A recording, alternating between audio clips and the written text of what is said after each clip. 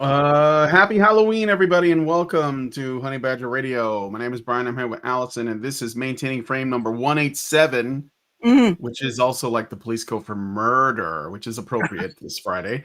The It's all scariest story converging. you'll ever read all year. Huh? I said it's all converging. Yeah. It's an interesting coincidence. That's why I wasn't sure what to call it, and then I looked at the number on the maintaining frame, and I was like, oh, it'll be 187, which Yeah. is I believe that's the murder code. But Yeah, it also so applies to the yeah, murder of our civilization too. that's would potentially, yes. Potentially, yeah. So Okay. I am here and Allison is here, and we're going to be looking at this article from the Atlantic, which is ironically, because the Atlantic is generally a left-leaning paper, pro-feminist, bit progressive, but even they're seeing the writing on the wall. And Mark Novikov wrote this article entitled "The Birth Rate Crisis Isn't as Bad as You've Heard, It's Worse." So Mm-hmm. there's the panic is beginning to set in, and we're going to be looking at this article today, and I guess also the base camp video, which is a Yeah. bit of a flip side on it because it's more optimistic. Well, So it describes the solution, or at least one of them, to the decline in the birth crisis, and which is really interesting because I had an extended conversation with a feminist about the we potential. talked about we Yeah. talked about this too on the show many times, and so I'm glad that Mark and Malcolm and Simone are sort of landing, in the same place. They're smart cookies. So anyway, you guys might have noticed that things are a little bit different. I have made things a little bit more festive on our screen here, so we have a little bit of Halloweeny background, and I have like a jack-o'-lantern. It's like right there. I Yeah. made it. I never made a jack-o'-lantern before. It's my first time. I stuck to the basics. So that's a real jack-o'-lantern made from a real pumpkin back there. But anyway. Cool. So yeah. I didn't do anything. I usually put up my Zero little dog ghost. Yeah. But unfortunately, you know what? Here's my Lucy skull. There you go. Maybe I'll just hold this. All right. No, don't do that. I have like a skull on my shelf too, as well as this eyeball thing that like is motion activated. It's like a crystal ball with an eye inside of it. And if you walk past it, the eye opens and it talks, but it just goes off like every 30 seconds. So I'm just leaving it off. Just trust me, there's an eyeball behind me as well. Scary eyeball. Scary But eyeball. Yeah. yes. But let's All but right. anyway, with that out of the way, let's I guess do the things so we Yes. can get into the story to into the topic. So go ahead. All right. So if you want to send a message at any time throughout the show, please do or a tip in a message. Please do so at feedthebadger.com/justthetip. That's feedthebadger.com/justthetip. Very much appreciated whatever funds you send. And it's the best way for you to send us a comment because it doesn't go through YouTube's scary corn labyrinth comment system. Take that for what as you may. And also we are doing our monthly fundraiser. It's at feedthebadger.com/support. So please help us out there if you could. I want to do a big thank you to OKFS who put in $250 prior to the beginning of this show. So thank you to OKFS and also to Telemnar who put in $200. So we have a grand total of $700 left. So if you guys could help us out with that, it'd be greatly appreciated. All right, so let's just get started. All right. So this is article. Oh, by the way, Allison, I have unfortunately, like this show can't go longer than an hour and a half. Okay. I have a guy delivering me a dining room set that we bought on the marketplace, and I gotta he's gonna drop it off at 2:30, and then I gotta go right from there to go get Lindsay. So yeah. All right. So the Atlantic, the birth rate crisis isn't as bad as you've heard, it's worse. Humanity is set to start shrinking several decades ahead of schedule. By Mark Novikov. Again, what do you mean by, well, first of all, ahead of schedule? So like did you have plans for the humanity to shrink and it's just happening faster than you thought? Is that the issue? I don't know, but it's not quite. It's basically they had population projections and they included some assumptions that probably weren't supported. So Yeah. that's what that means. Yeah, we could go with the World Trade. No, what is it? The WEF interpretation, the World World Economic Economic Forum. interpretation, which is that we want population decline. Not so sure about that, but it is. So essentially, what that means is they had a projection. It's worse than that projection. Yeah. So let's Okay. find out what those mistaken assumptions were that Yeah, led let's to see. the rosy optimism of the human race basically starting to shrink in 2000, I think 75 or something. So go Yes. ahead. All right. So, first, the bad news. Global fertility is falling fast. The aging populations of rich countries are relying on ever fewer workers to support their economy, dooming those younger generations to a future of higher taxes, higher debt, or later retirement, or all three. Birth rates are in middle income countries are also plummeting, putting their economic development at risk. Practically the only countries set to continue growing are desperately poor. You For want a to say while. anything about that? They're going to continue to grow for a little bit, and then they will cease. Actually, before we continue, just double check to make sure that it's going out through Twitter, because there has been issues with that. I checked Yeah. I checked it for the show I did yesterday and it was there, but let's Yeah, see. I had to actually oh no, it is. Okay. It's Yeah, good. it's there. I see it. All right, excellent. So whatever fix I did worked permanently, I Okay. guess. Well, I guess it Okay. was a Twitter thing then. I don't have access to your account on Twitter right now, so Yeah. um Okay, let's keep going. yeah. Okay. By about 2084, according to the gold standard United Nations World Population Prospects, that's a okay, again, you're giving a lot of credibility to the United Nations, but okay. The global population will officially begin its decline. Rich countries will all have become like Japan, stagnant and aging, and the rest of the world will have become old before it ever got the chance to become rich. Mm, that's nice, eh? Okay. Yeah, what? Go ahead. Well, that's nice. I mean, basically, the Western nations sort of pulled the ladder up behind them.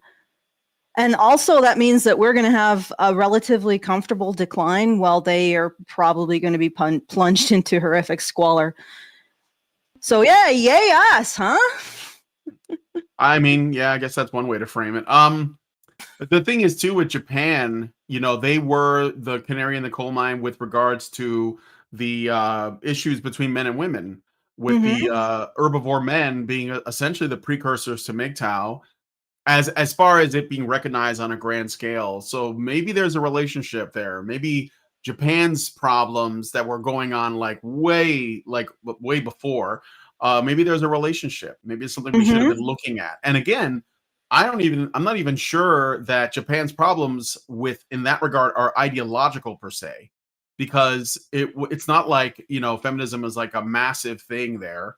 So Mm-hmm. it's really just like I guess just the something about the relationship between men and women in that country. Uh, anyway, so sorry, did I say bad news? That was actually the good news, based on estimates that turned out to be far too rosy. Every 2 years, the UN's demographics revise their population projections, and for the past 10 years, they've always had to revise in the same direction, down. Next year, they'll do so again.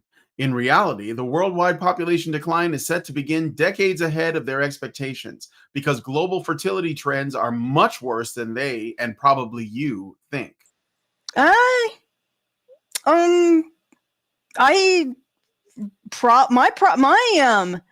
my estimations were probably even more pessimistic, just because I know that it's going to be a force multiplier. Once you reach a critical point, especially in cultures that are infested with feminism, it's going to become a force multiplier. Once the tar pit of the party of single women, and they're all reinforcing their own attitudes towards marriage and family, once it reaches a critical mass, there's like almost no stopping it. So yeah, I always had a pessimistic projection, because I knew that embracing the notion that men and women are defined through oppression, the relationship between men and women, the complementarian relationship that is the foundation of all of our societies, all of our progress, even the concept of economy. What do you think the first exchange system was? Between men and women. That's the very foundation of our economy. And reframing all of that complementarianism in terms of oppression was going to destroy everything. It was because everything relies upon that trust and that sense of mutual reliance. And we destroyed it because, and get this, guys, we destroyed it because somehow whenever this began, I guess the real critical thing started in like the 60s, feminists essentially said, how do we define gender roles, or that is the relationship between men and women, in such a way that it benefits feminism? Literally said that. And nobody at that time said, wait, this sounds like it could be dangerous. Maybe Yep. maybe we shouldn't give feminism complete control over the engine of society and then allow them to define it in whatever way benefits them. Maybe this won't turn out well for us. And shock, it didn't. Yeah. And I know Japan is a different situation, but I think it does have its own kind of brand of feminism. Sure. And the other thing is that what it's really facing is this complete economic stagnation. And that itself also yields problems with family formation. So if there's no upward mobility, families don't tend to form. If there's no legacy, families don't tend to form. And the other thing with family law in Japan is, from what I recall, it does have a feature that would tend towards not encouraging stable a birth rate. And we can get into what that will be. But so there's something really critical going on here. And once we get to the second thing that I want to talk about, which is Malcolm and Simone's base camp, discussion of this, then we can talk about that. But let's finish up the article. All right. So Jesus Fernandez Villaverde, a University of Pennsylvania macroeconomist, studies how poor countries develop. This development usually happens alongside a fertility transition. As people move from rural areas to cities, their economic opportunities expand and kids become less crucial as a source of agricultural labor.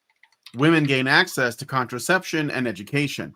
They go from having about 6 kids on average to 2. Fernandez Villaverde calls this the standard modernization story, and he's been teaching it for decades. Okay. Yeah. Yeah. Want me to keep going, or? Yeah. Well, I mean, it's gaining access to contraception, and of course, the Atlantic is education. Education. Education. I wonder what's hiding in that word, education. Because like I don't know if having children, like let me back up. I don't know that the need for agricultural labor is the primary force behind people deciding to have children. I think it's just the desire to have family. But if you go get educated somewhere, maybe that will be the way that it's spun. So women get access to education in a city, and then contraception, and then they stop having children. Maybe I think the education is probably the big part of that, though. Yeah. Like I said, there's a lot hiding in that word education. Yeah, there's a lot Greeks, going on there. Yeah, a lot of Greeks in the belly of that word education. The word education is doing a lot of heavy lifting.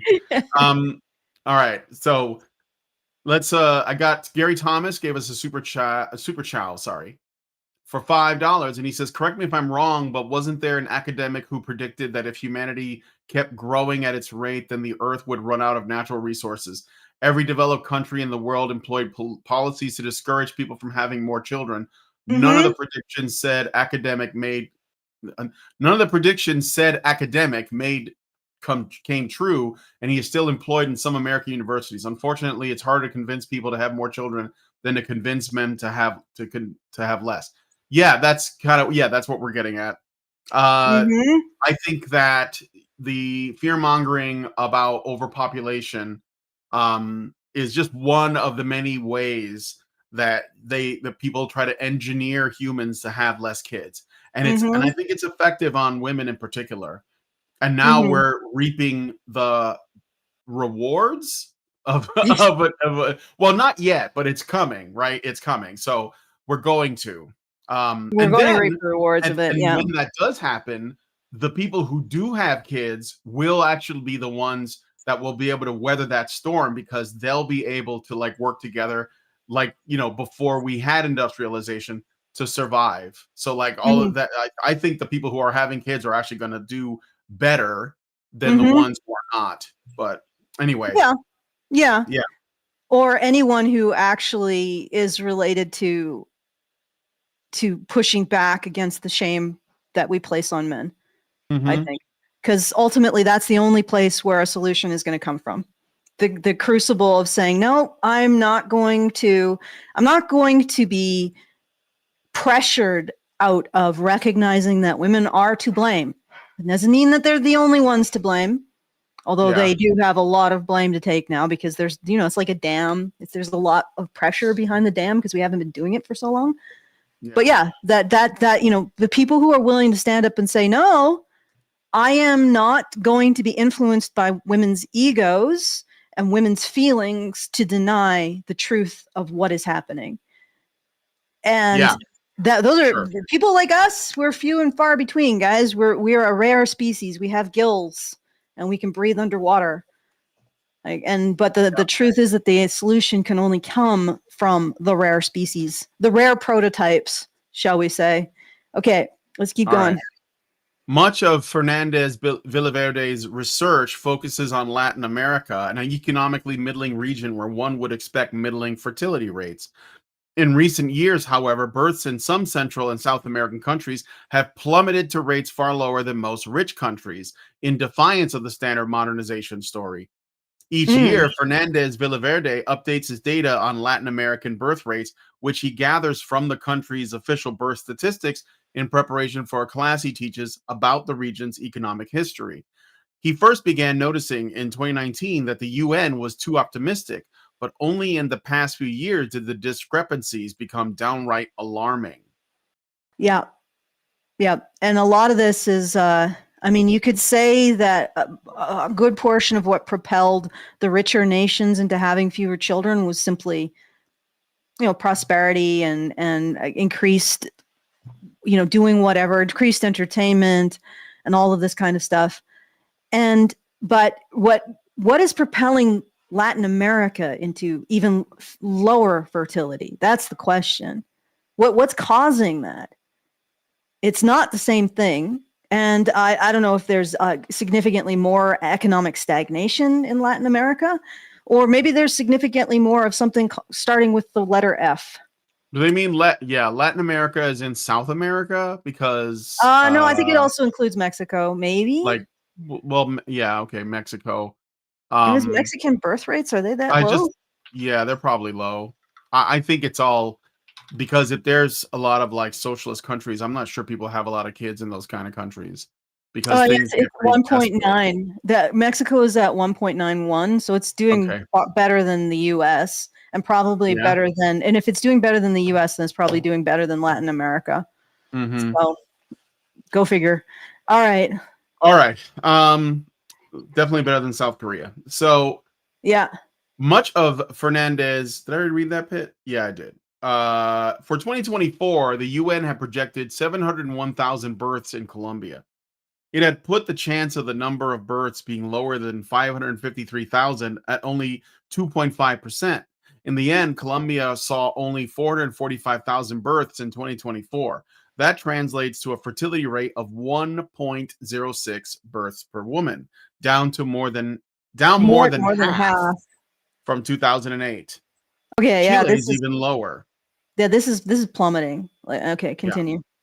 At current rates, 100 reproductive age Chileans can expect to have 52 children and only 27 grandchildren. Wow. Demographers generally consider a birth rate of about 2.1 to be replacement level, or the point at which a society doesn't shrink, that's like breaking even from one generation to the next. The discrepancies were not limited to South America. In 2024, Poland's births were also below the 2.5% probability cutoff, as were Estonia's and Cuba's and Azerbaijan, Azerbaijan. Yeah. yeah, I can't believe I Azerbaijan corrected and you Sri on Lanka something. and Egypt. What? I corrected you on a word. Well, it's not Azerbaijan. a word, it's a place. I don't get Yeah, a out. I don't place. get But it out is a on that. word. Like that is a word. It's a Well, it's a place word, but name. it's a place. But I It's not like actually corrected you on something. Like, look, yeah, just yeah, just no, let me have this. Azerbaijan. Let me Okay. have this. Okay, continue. Okay. And Sri Lanka and Egypt.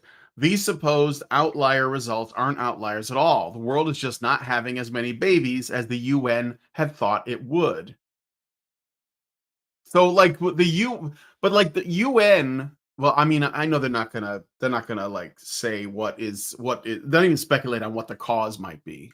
No. Because the UN is a part of the problem. If you ask Mm-hmm. me, like the UN created the problem, and then they're measuring the problem that they created, and they're like, "Wow, this is actually like No, but this this, isn't so bad at all." Like yeah, and then they are allowed to just put up whatever they want in terms of their projections, and we're going to get into more of why this is incorrect. yeah, But yeah, exactly right. Like the UN investigated itself and found that it was blameless. Or yeah, not even that. The UN investigated the problem that the UN caused, which we're not going to talk about, and the UN found that the problem was a lot less than, it's okay. it's not really a problem at all, really. Mm. you know, it It's took a somebody else on solution the if outside you. to say, "You know what? This is actually worse than we thought." But Mm-hmm. it's still not your fault, UN. It's not nothing to do with you. You guys just didn't do the math right. That's all. Yeah. Yeah. Okay. So digging into the UN's model, Fernandez Villaverde found something even stranger. For nearly every low fertility country, the UN projects either one of two outcomes. The fertility rate will flatten, or it will rise to a number somewhere between 1 and 2 births per woman, still below replacement level, but not quite as catastrophic. The United States is in the first category. Our fertility rate has fallen steadily since the Great Recession, from 2.1 to 1.6. One might therefore expect the decline to continue. But the UN projects that the US birth rate will stay flat, not just this year, but also in 2026 and 2030 and 2060 and 2090, never rising above 1.7 or dipping below 1.6. I want a job at the UN. I mean, it sounds like really easy to do. I You can just just make lie. things up. Yeah. Yeah, I can just make shit Well, up and they get have a paid. logic to this. It's just ridiculous. It's like the Chewbacca defense. Did they explain the logic Yes, they're going to explain the in the logic, article? and Okay, yeah, they do we'll explain the get to it. logic, so we can have a good chuckle over it. Yeah. Okay, I kind of want to know what they're gonna how they're gonna explain this. In the other category are countries such as Thailand, whose fertility rate has been falling for 72 years and has never stopped for longer than a single year. Nonetheless, there are the UN pro the, ne, the I'm sorry. Nevertheless, The UN projects a demographic miracle. Starting in 2 years, the country's birth rate will begin to climb, first slowly and then a little more quickly, finishing out the century with a birth rate of 1.45, up from its projected 2024 low of 1.2. Still not good though. So no, are yeah, they? no, none of this is good news. It's No, just, I'm. it's just, Oh, it's going to go up. It's going to go up, but it's still going to be below replacement. it's just like the difference between you have your foot in a bear trap, and you're gonna have to cut your foot off to actually get out of it, or Yeah, you have your entire leg in a bear trap, and you're probably gonna have to cut your. Well, actually, no, you have your entire body up to the neck in a bear trap. And you're just gonna have to die. yeah, So this is sort of the good news is that only your foot is in the bear trap. That's the UN projections. The bad news that no, actually, it's your neck, and the yeah. UN is just lying to you. Oh man. Okay, let's All keep right. going. Every part of that appears to be wrong. In reality, Thailand's reported birth rate last year was 0.98, and a preliminary 2025 data show the decline continuing. In a country the size of Thailand, the difference between the UN's projection and the real fertility rate throughout the 21st century will amount to millions of people who will never be born. All in all, as Fernandez Villaverde recently explained at a research symposium in London, humanity won't start to shrink in 2084. It'll start to shrink in 2055, if not sooner. Probably sooner. I'm thinking sooner too. Yeah. Unless something changes. Yes. Yeah, Something something cultural massive has to changes. change. Something Yeah. cultural has to change, and it has to be a massive and widespread change. And It has to be at some infectious. point, Yeah. developing nations and Latin America, I don't know, I guess the sort of middle nations between developing, at some point they're going to realize that first world nations are poaching their population. And that they're going to realize that, and the immigration may end up reversing. So people, and even not even because of ICE in the US, the immigration will end up reversing because the countries that they're immigrating to will have no economic opportunities, will be destabilized, and they'll just go back where they can be with their extended families and have economic opportunities, or at least the same amount. Right. So it may end up that, and also policies in those countries may start to severely discourage immigration once they start their politicians start waking up to the fact that Western nations are dealing with their decline in birth rate by essentially poaching other populations. And I know that doesn't, like, I don't mean to offend anyone, but that is what we're doing. That's what politicians are doing. I mean, not Trump and on the right, but politicians on the left, and some, I guess, on the right, and certainly politicians in other nations are literally poaching other populations to try to deal with the fertility crisis in the West. And at some point, those populations are going to wise up and Yeah. realize that that's what's happening. Well, yeah. I mean, that's why I'm for, like, people like working on their home countries, because I'm not for all the immigration. And it is ultimately for their benefit as well. Yes. Yeah, because So they build up their own countries. And it's also ultimately, we need to solve this. Like, we need to have a solution. I have some suggestions that I think would help, and we'll get to that. But we need to solve this, and we need to solve it probably in Western nations that already have the advantage, significant advantages. Okay, so it's not going to come from those nations that are already reproducing because they're in more subsistence level, nor is it going to come from the middle nations that have imploded. It's got to come from us, in my opinion. Let's continue. Okay.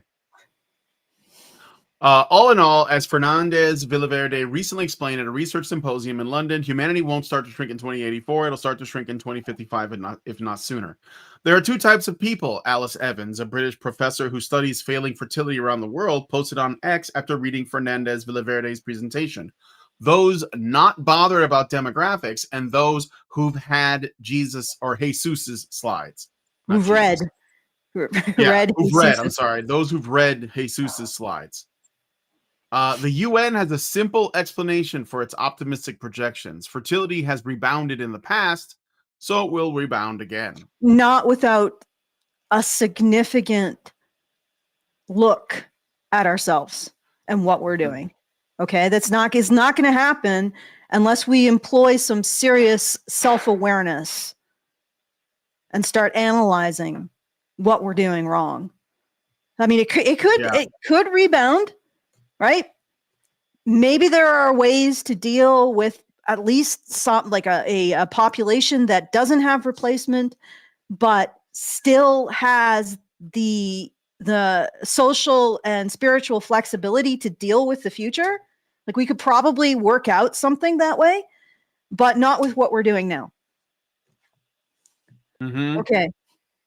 In Belarus, for example, the fertility rate in 1988 was at replacement level. It fell to an abysmal 1.22 only 9 years later, but then it rebounded all the way up to 1.73 by 2015.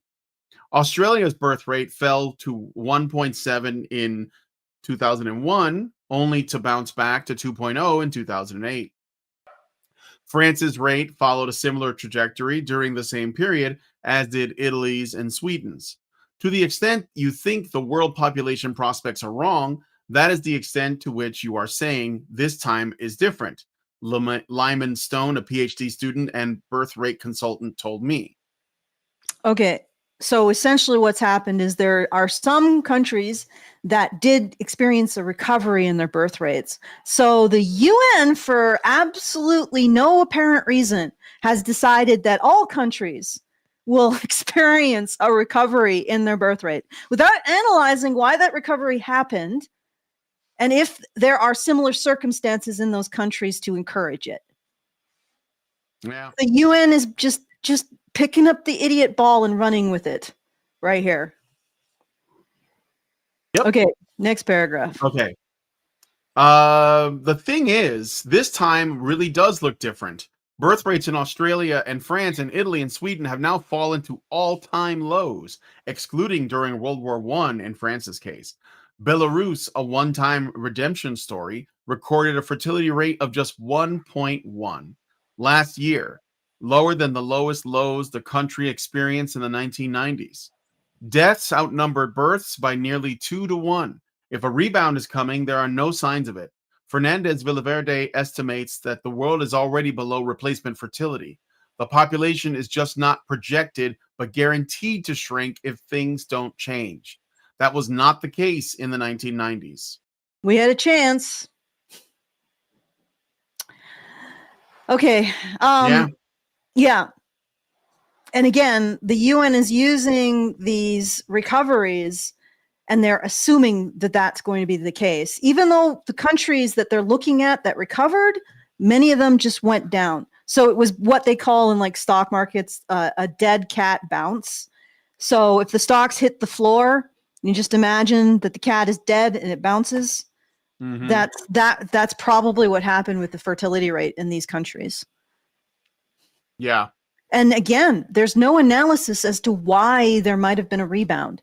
Maybe those countries had traditional expectations or traditional systems that enabled it. Maybe there was a reduction. Some of those countries seem to have been communist and may have changed to not communist. Maybe that had something to do with it. So we got to look into why that happened. Can't just assume that it's going to happen everywhere magically. It's a lot of magical the UN thinking. isn't, again, yeah, it's the UN we're talking about. So like, Lots it's of not like magical thinking. yeah, they're not, they no, it's true. They're literally like, kind of a cult, but anyway, the UN's model hasn't adjusted to the new normal. If a country has ever experienced a fertility increase, as Australia and France and Belarus have, then its birth rate is assumed to be stable. If a country has never experienced an increase, then the model assumes that it will at some point once fertility gets low enough. In other words, the model assumes as its end state a stable and modest number of births. This is perhaps a reflection of humanistic optimism. There is, at some point, a minimum social capacity to adapt and eventually at least address some of the concerns or challenges that exist in that country. Patrick Gerland, the chief author of World Population Prospects, told me. The people living in those countries don't necessarily want their country to totally disappear. Mm. Yeah, but like the thing is, I don't think a lot of people are thinking about it in that macro scale. Like they're just looking at their life and they're saying, well, I'm going to say it. Women are like, I'm basically pursuing my career. I'm getting my bag. I'm like doing these. I'm not going to have kids. Kids are going to drag me down. Kids are going to hold me back. They're going to prevent me from like truly being liberated and free and independent. I'm not going to do that. I'm sure men are looking to have kids, but even when you are looking to have kids, you're not necessarily doing it because you're like, oh, I'm looking at the fertility rates in my country and we're below replacement. I got to make babies. No, I mean, men make babies because they have a biological drive to do it. And when women want it, they do too. But I think that women have been propagandized to not want kids or to think that they don't need them and put it off and wait or whatever. I mean, You ever see the movie? Everybody talks about Idiocracy, right? You ever see Idiocracy, Allison? Mm-hmm. The movie where they show like the smart couple and they're like putting off having kids, and then they're like talking Yeah. about freezing their eggs and their sperm and whatever. And what it was trying to say is that only dumb people are going to have babies, and therefore the world's going to be run by dumb people because dumb people are having babies.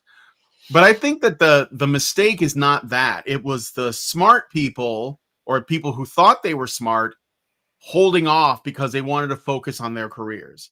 And in particular, women doing that. And I say that because women's fertility is a window and there's only so much time, and they're told that they don't have to worry about that, and that, there are stories of women who are in their 60s that have babies, and they put that all over the news, so they're telling women it's okay, you can wait, but you can't wait. Like Mm-hmm. at least you should be. Let me put it another way. You should be taking it into serious consideration, because ultimately women are the gatekeepers of reproduction.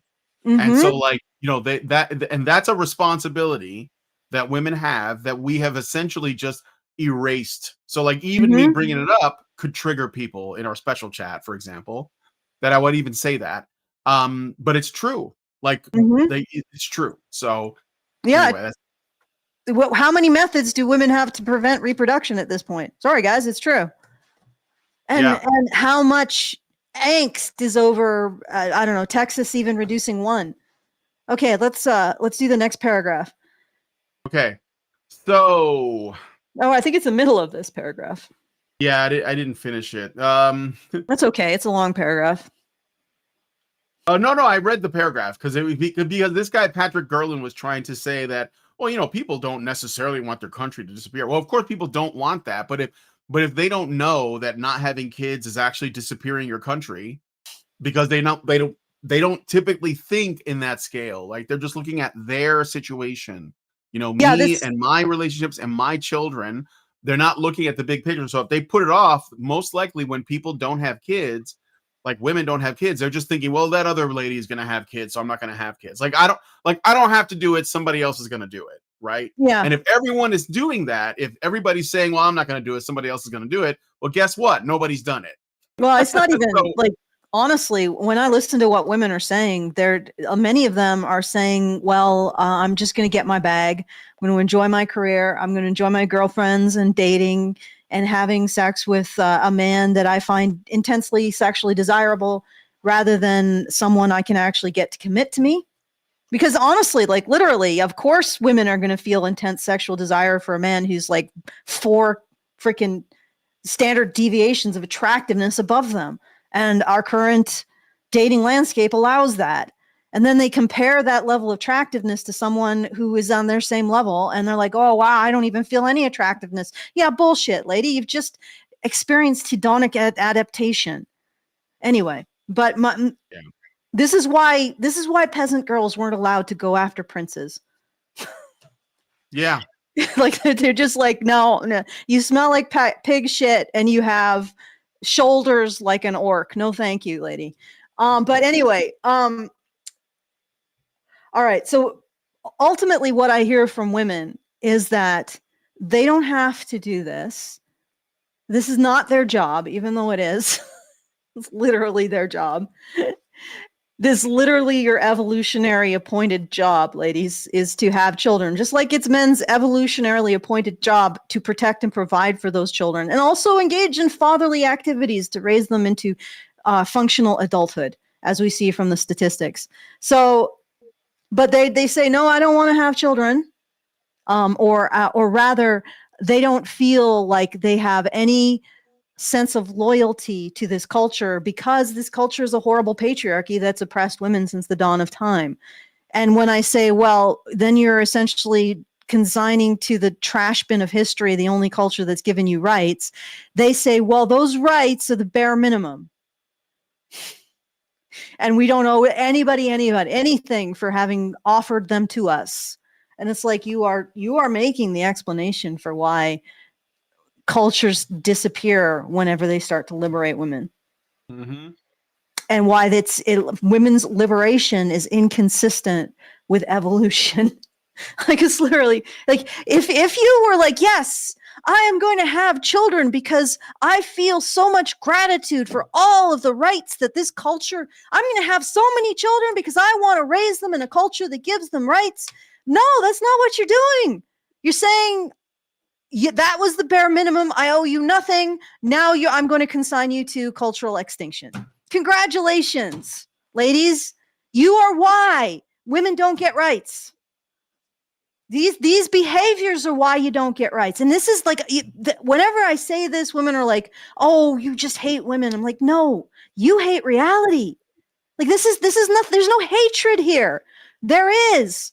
If you do not have children in a society that gives you rights, that society is going to go extinct and being superseded by those societies that can breed. And if the only societies that can breed are the ones that put restrictions on women, they will win. Yep. That's it. You are doing this to yourselves, ladies. But you don't care because you're going to get your bag until it all collapses, right? Which, let's see, 2055, I think that's optimistic. We're probably looking at 2045, unfortunately. 2055 is 30 years from now. So I'm going to be in my 70s, right? You're going to be in your 80s, perhaps. My husband's going to be in his 80s. Okay, well, we're on the way out. Right, that's it. That's we're gonna be saying sayonara. We're gonna be sitting in our I don't know, with my with like 17 German shepherds and whatever Ryan's retirement plans are. That's gonna be it. We're out. Being nursed by robots, probably. Yeah, we're being nursed. Yeah, we're on the way out. Okay, ladies, if you're in your 20s now, in your 30s, you are going to be living through this collapse. So you're like, I'm going to get my bag. Well, congratulations. You're stealing your bag from your future self. So when you're in your 70s and 80s, there's not going to be a bag there. There's just going to be abject poverty. And guess what? Nobody's going to buy your ass. Mm-mm. So your contingency plan, not going to be there. Yeah. All right. Okay. To this point, the model comes with a hard-coded minimum. No country can ever be projected to have a fertility rate less than 0.5 children per woman. Like the rest of the model, this too might need to be revised.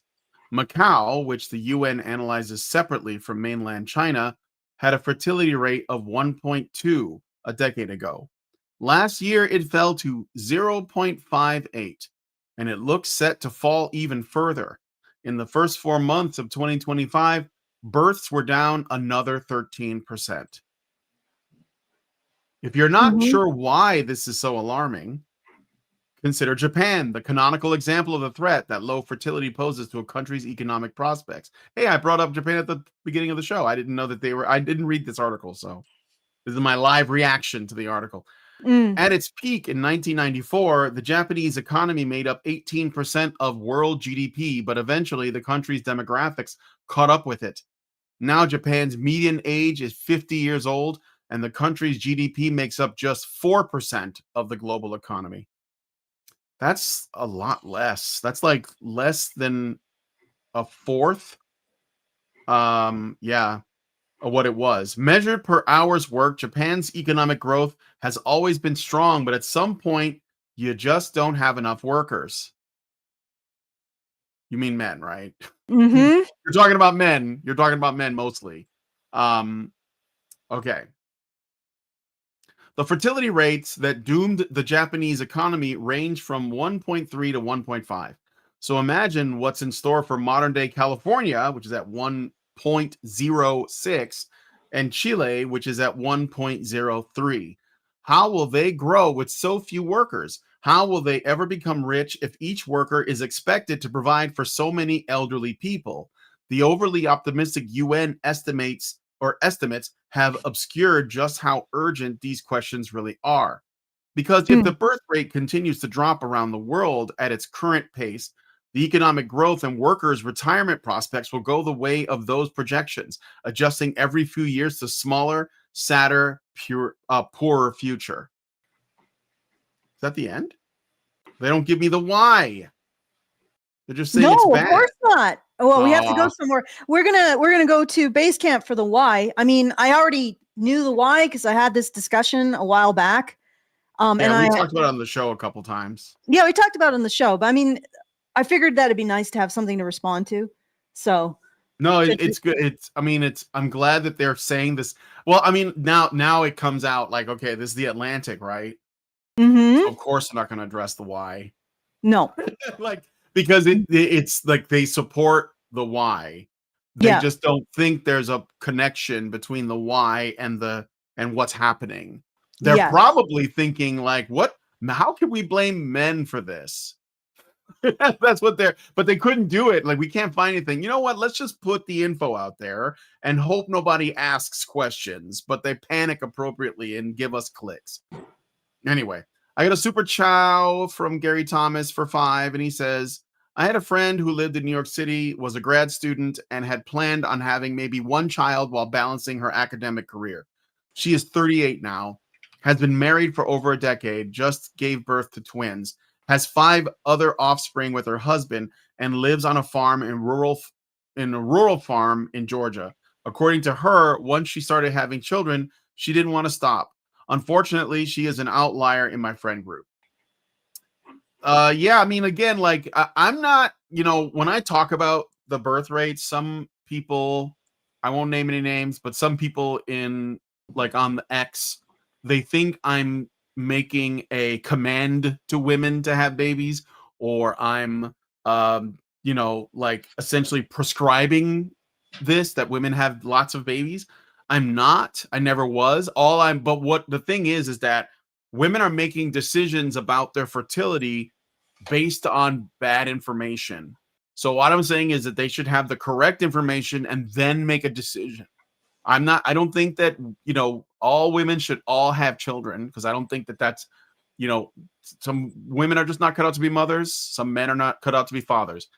But what I'm saying is that before we decide like what we're going to chase down in our life, we should know what is actually the potential outcomes and options and what they really mean, right? So I'm not making like the go out and have babies argument. I'm saying if you're thinking about waiting, or if you've been told you should wait, or if you've been told that, kids suck or they're not important, or you're just ingesting all of this antinatalist propaganda that's basically everywhere, it's ubiquitous. Maybe you should question it and then look into what the facts are and then decide after that. So that's it. I'm not necessarily going either way. I mean, I'm generally pro family because I think that we need enough people to maintain civilization, and that requires some people to have babies, at least a significant number, enough to I wouldn't even say to maintain the birth rate, but like, steadily increase it. But yeah, I mean, that I'm not making demands of women. So yeah, well, I mean, we don't have to, because the solution, well, let's talk about it. One of the big ones. Okay, because I had an extended discussion with this on with a feminist. We're gonna do that now, or are you gonna go to base camp, or what? Let's go to base camp. Let's see what they have. We're gonna look at this video from base camp, Malcolm and Simone, and it's got an interesting title. Wait, the men's rights movement is working, and Also, I just want to point something out. Like, we do have to pause it about every 15 seconds and make some comment. Because well, do you have time codes? Yes, start at the beginning. I do have time codes. All right. Start at the beginning. We'll start at the beginning. Let me make sure the sound is working on this real quick. And I will. Yeah, it is working. Okay. Hello, Malcolm. I'm so excited to be speaking with you today because we are going to talk about men striking back.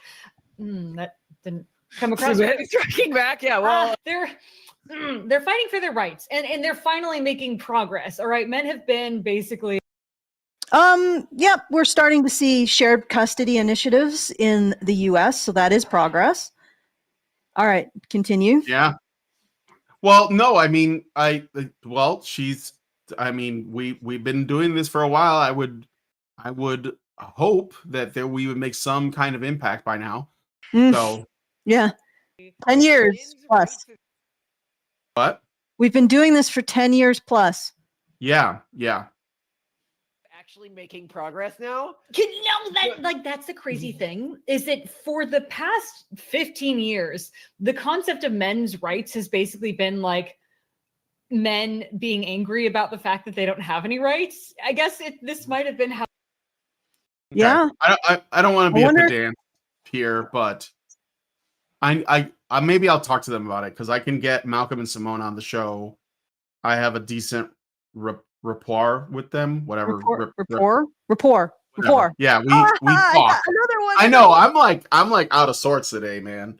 Yeah, well, Like, I don't know what it is. I don't. spooky Maybe it's season. Halloween or It's something, the but I'm spooky not season. doing well I in got the a brain question. area. I'm I not just- thinking good today. I got a personal question. All right. Yeah. Okay, so Jojo, has Jojo been like sensing things in your apartment? I don't know what you mean. Well, No. okay, I'll explain from my animals. So, like a couple days ago, Scipio was growling at the ceiling, like a spot in the ceiling, Yeah. and he's getting like really, really agitated. And we were trying to figure out what the heck he was reacting to, and we couldn't see anything. And then the cats started to react to things in the kitchen as well. So we're like, do we have mice or spooky spooks? Like, do we have are we have a poltergeist or something? The animals are Maybe. reacting to something, you know. Maybe. Well, Yeah. no, we don't have any ghouls or specters in our house because Jojo has not. Either that or he's a terrible ghost hunter. Medium? But if you guys understand the rules of dogs, they know Yeah. about the supernatural. They're tuned in because they always bark at demons and ghosts and shit. So I Yeah, guess we don't have any. yeah. I mean, the thing is that he sometimes just reacts to strange things. Apparently, we once went to a dog trainer, and apparently there's a corner that all the dogs react to, and it's just like she speculates that maybe there's like spectral activity in that corner or something, but all of the dogs react to it in terms of Isn't there like a Lovecraftian monster that lives in corners and it's a dog? It's like it enters our plane through corners. It's like some Lovecraft monster. I bet somebody in the chat knows. I forget what it's called, but it's like a dog, like a other dimensional beast that's dog-like. okay. Okay, but anyway. Okay, all right. This is a bit of a side. So yeah, so let's keep going. But yeah, the pedantic thing I was gonna say is that I know that rights is like this word that gets used is kind of the catch-all for things that are not really rights, but I do tend to fixate on that because I think that it's important we use the right words. Because when you say, like, when the feminists labeled us men's rights activists, the point of it was to make it sound absurd and silence.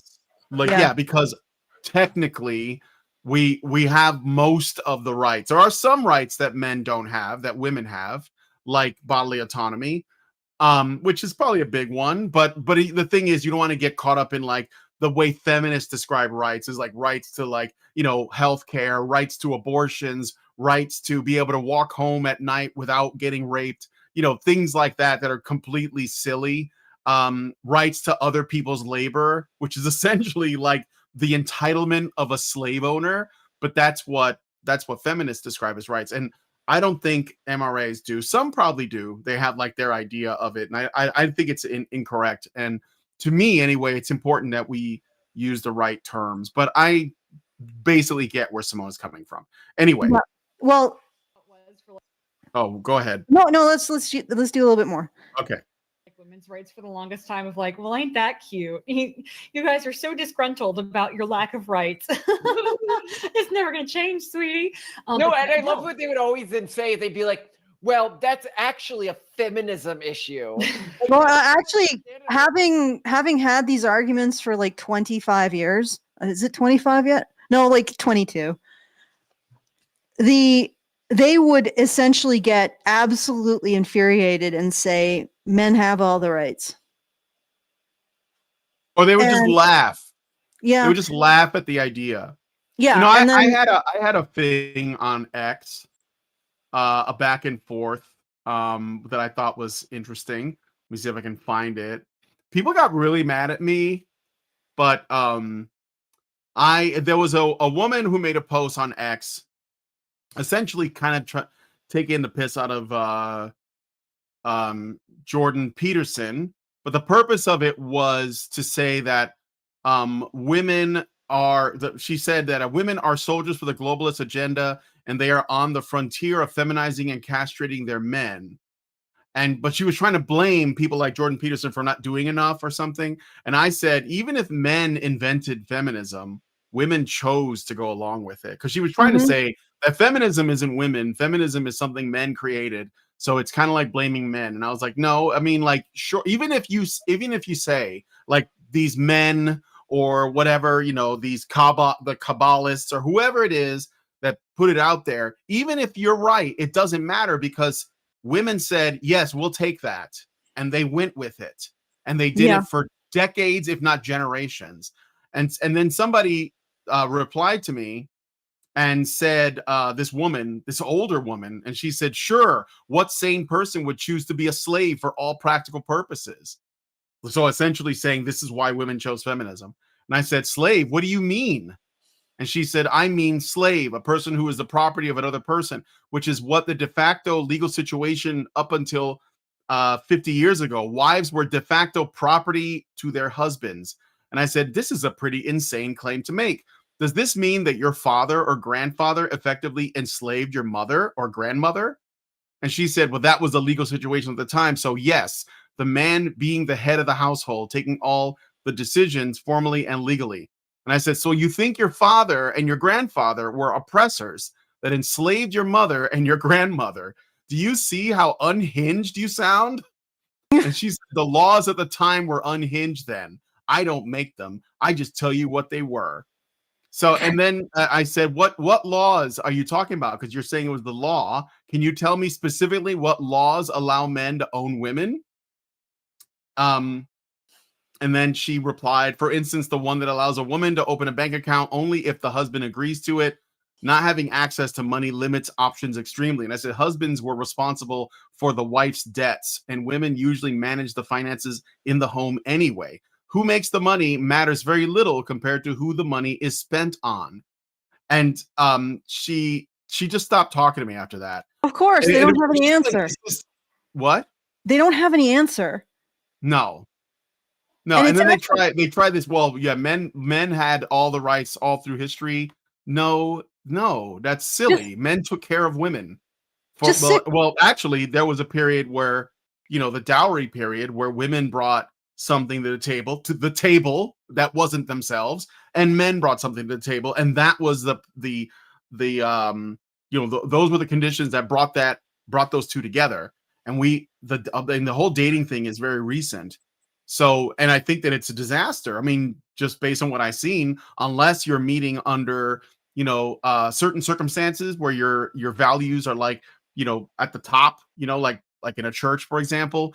But like just like on Tinder swiping, no, I that's a disaster. I'm sorry. I'm just looking at the outcomes. So Hounds right. of Tindalos, thank you. Yes, they live inside of angels. Okay. Angles. Those were they live inside of angles, as you do. Yes. Yes. The Hounds of Tindalos. Okay, let's just keep going. I got another super chow. Great indoors. Looks like our chat is starting to wake up now. $5. I'm sure most will remember back in January 2020 how the COOF was still just a right-wing xenophobic talking point with the potential to cause panic and was not to be taken seriously at all, only to develop into a scaremongering talking point for the left while pushing their authoritarian battle plan to stop the spread. Now that our moral betters have come to realize that their dystopian vision of overpopulation need to be course corrected by doing sudden handbrake U-turn, I shiver to think what kind of draconian measures the global intelligentsia will conjure up next. A lot of subsidies, taxes, and other forced interventions are looming on the horizon. None of which work. Another crisis, I would suspect. But Go ahead. None of those work, but let's just get some more because I know that you have a time constraint. So let's. I do. So what do you want me to listen more of the intro? Or do you want Yes. to jump? Yeah, just time? listen to more of the intro. Okay. Like, well, then how come the feminists never fight for it? And they're like, once you're in cages, then we'll fight to loosen the what do they call that? The zip ties. Yeah, I just basically I was operating under the assumption that nothing would ever change.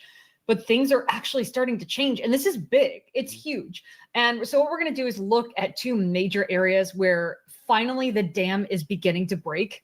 And I think momentum is only going to build from here. We're going to Okay. Yeah. I mean, I think that once I also believe honestly that things have, if you look at it, and it's been tough, but I think that things will start to accelerate like exponentially. I think that we've done a lot in it feels like a long time for our lifetime, but when you think about how much damage we're trying to reverse, it's actually pretty impressive. Yeah. You say so yourself. Maybe just chipping away at it every day made a difference. Yeah. Like this is freaking 10 the talking years, points guys. are out there now. The talking points are out there, and I think that I don't know. I mean, there's definitely more than a few MRAs making content, but I think that we have been the most consistent in pushing stuff out, even if our channel remains small. And that was despite all the struggles. You know, like Mike, who used to have like a channel that should have been in the multi-million subscribers by now. YouTube absolutely hamstringed him. Yeah. And huh? Yeah. Yes. Yeah, and he Yes, can't we're make doing he's not making any money on it anymore. And you know, Paul has sort of like slowed down. Like he still makes content every so often. And Janice and Tom Golden and some of them, but I think that we've been the most consistent in terms of like just like what what we hammering believe away in. at it, hammering away at it day after Yeah, day and like after talking day. to people and trying to get them to think about these issues. I mean, we, like I said, I'm definitely gonna try and get Malcolm and Simone back on. I've had talked to them. I had the pleasure of talking to them a couple of times. So I want to talk to them because they're doing really See well. where they're at, eh? Yeah. On the journey. But yeah, it's okay. Let's finish off this segment so that we can All right, get let's do it. start to the with to the reason that the Atlantic will not mention or the Yeah. potential United solutions. States where by the new default is the new default. Shocking. Men get 50% of custody in divorces. Physical custody, 50% physical custody. That's the default. And there are now states, Kentucky, and I think maybe Texas is looking into it, or maybe Texas is just talking about the this stuff related to abortion, which I don't really want to focus on because I think that the shared custody is really what applies to the birth rate. So there are states now that are instituting a presumption of physically shared custody. Okay. And while I think that's great, I think we also have to consider that that can be rolled back.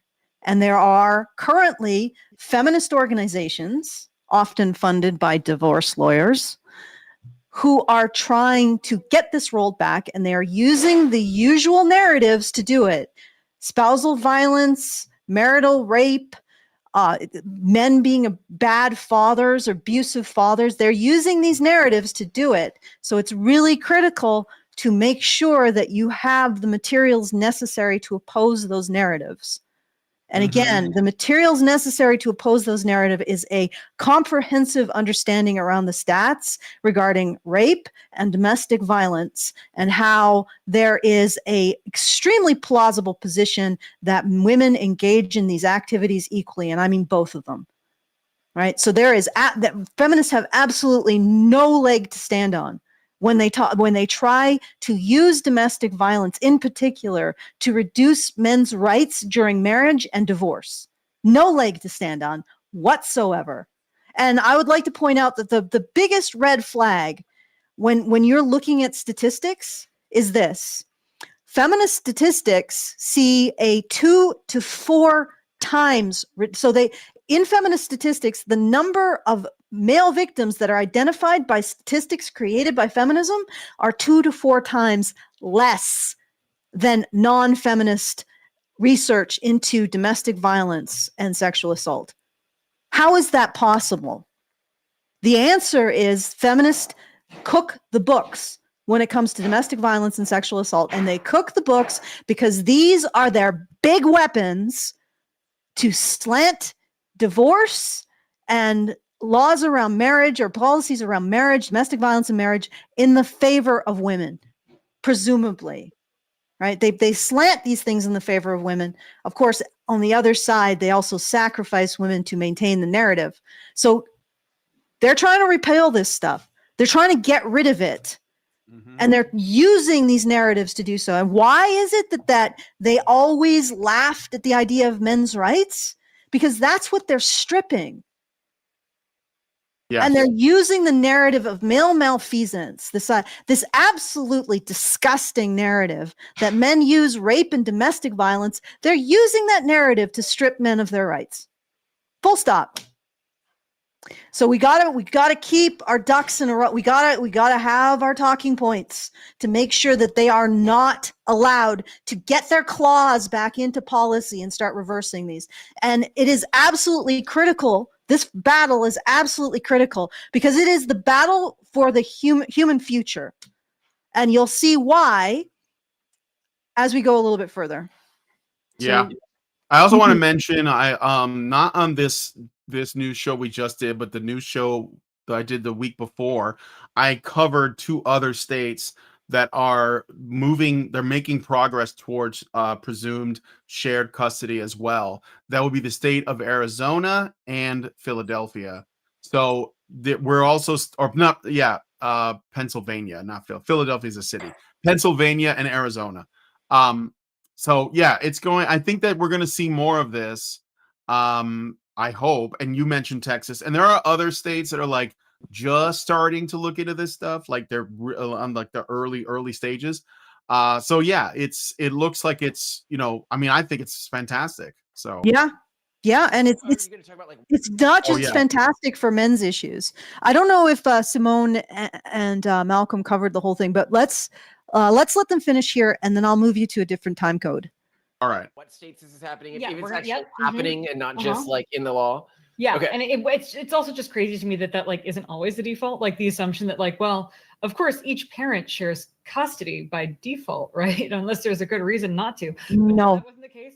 And it's being resolved. It started with Kentucky, and now it's happened in more states. We're going to look at sort of what's going on there. And then we're so move to 315 because they move into like the Texas heartbeat law, and I'm like, as much as that would be an interesting conversation, we are restricted in time, so I'm going to keep it to the shared parenting. It's fine. Yeah, it's fine. Yeah. I mean, if I guess like a combination of common sense, restrictions on abortion. I mean, like I think that there is room for compromise. I just think that the pro-abortion people are not willing to do that.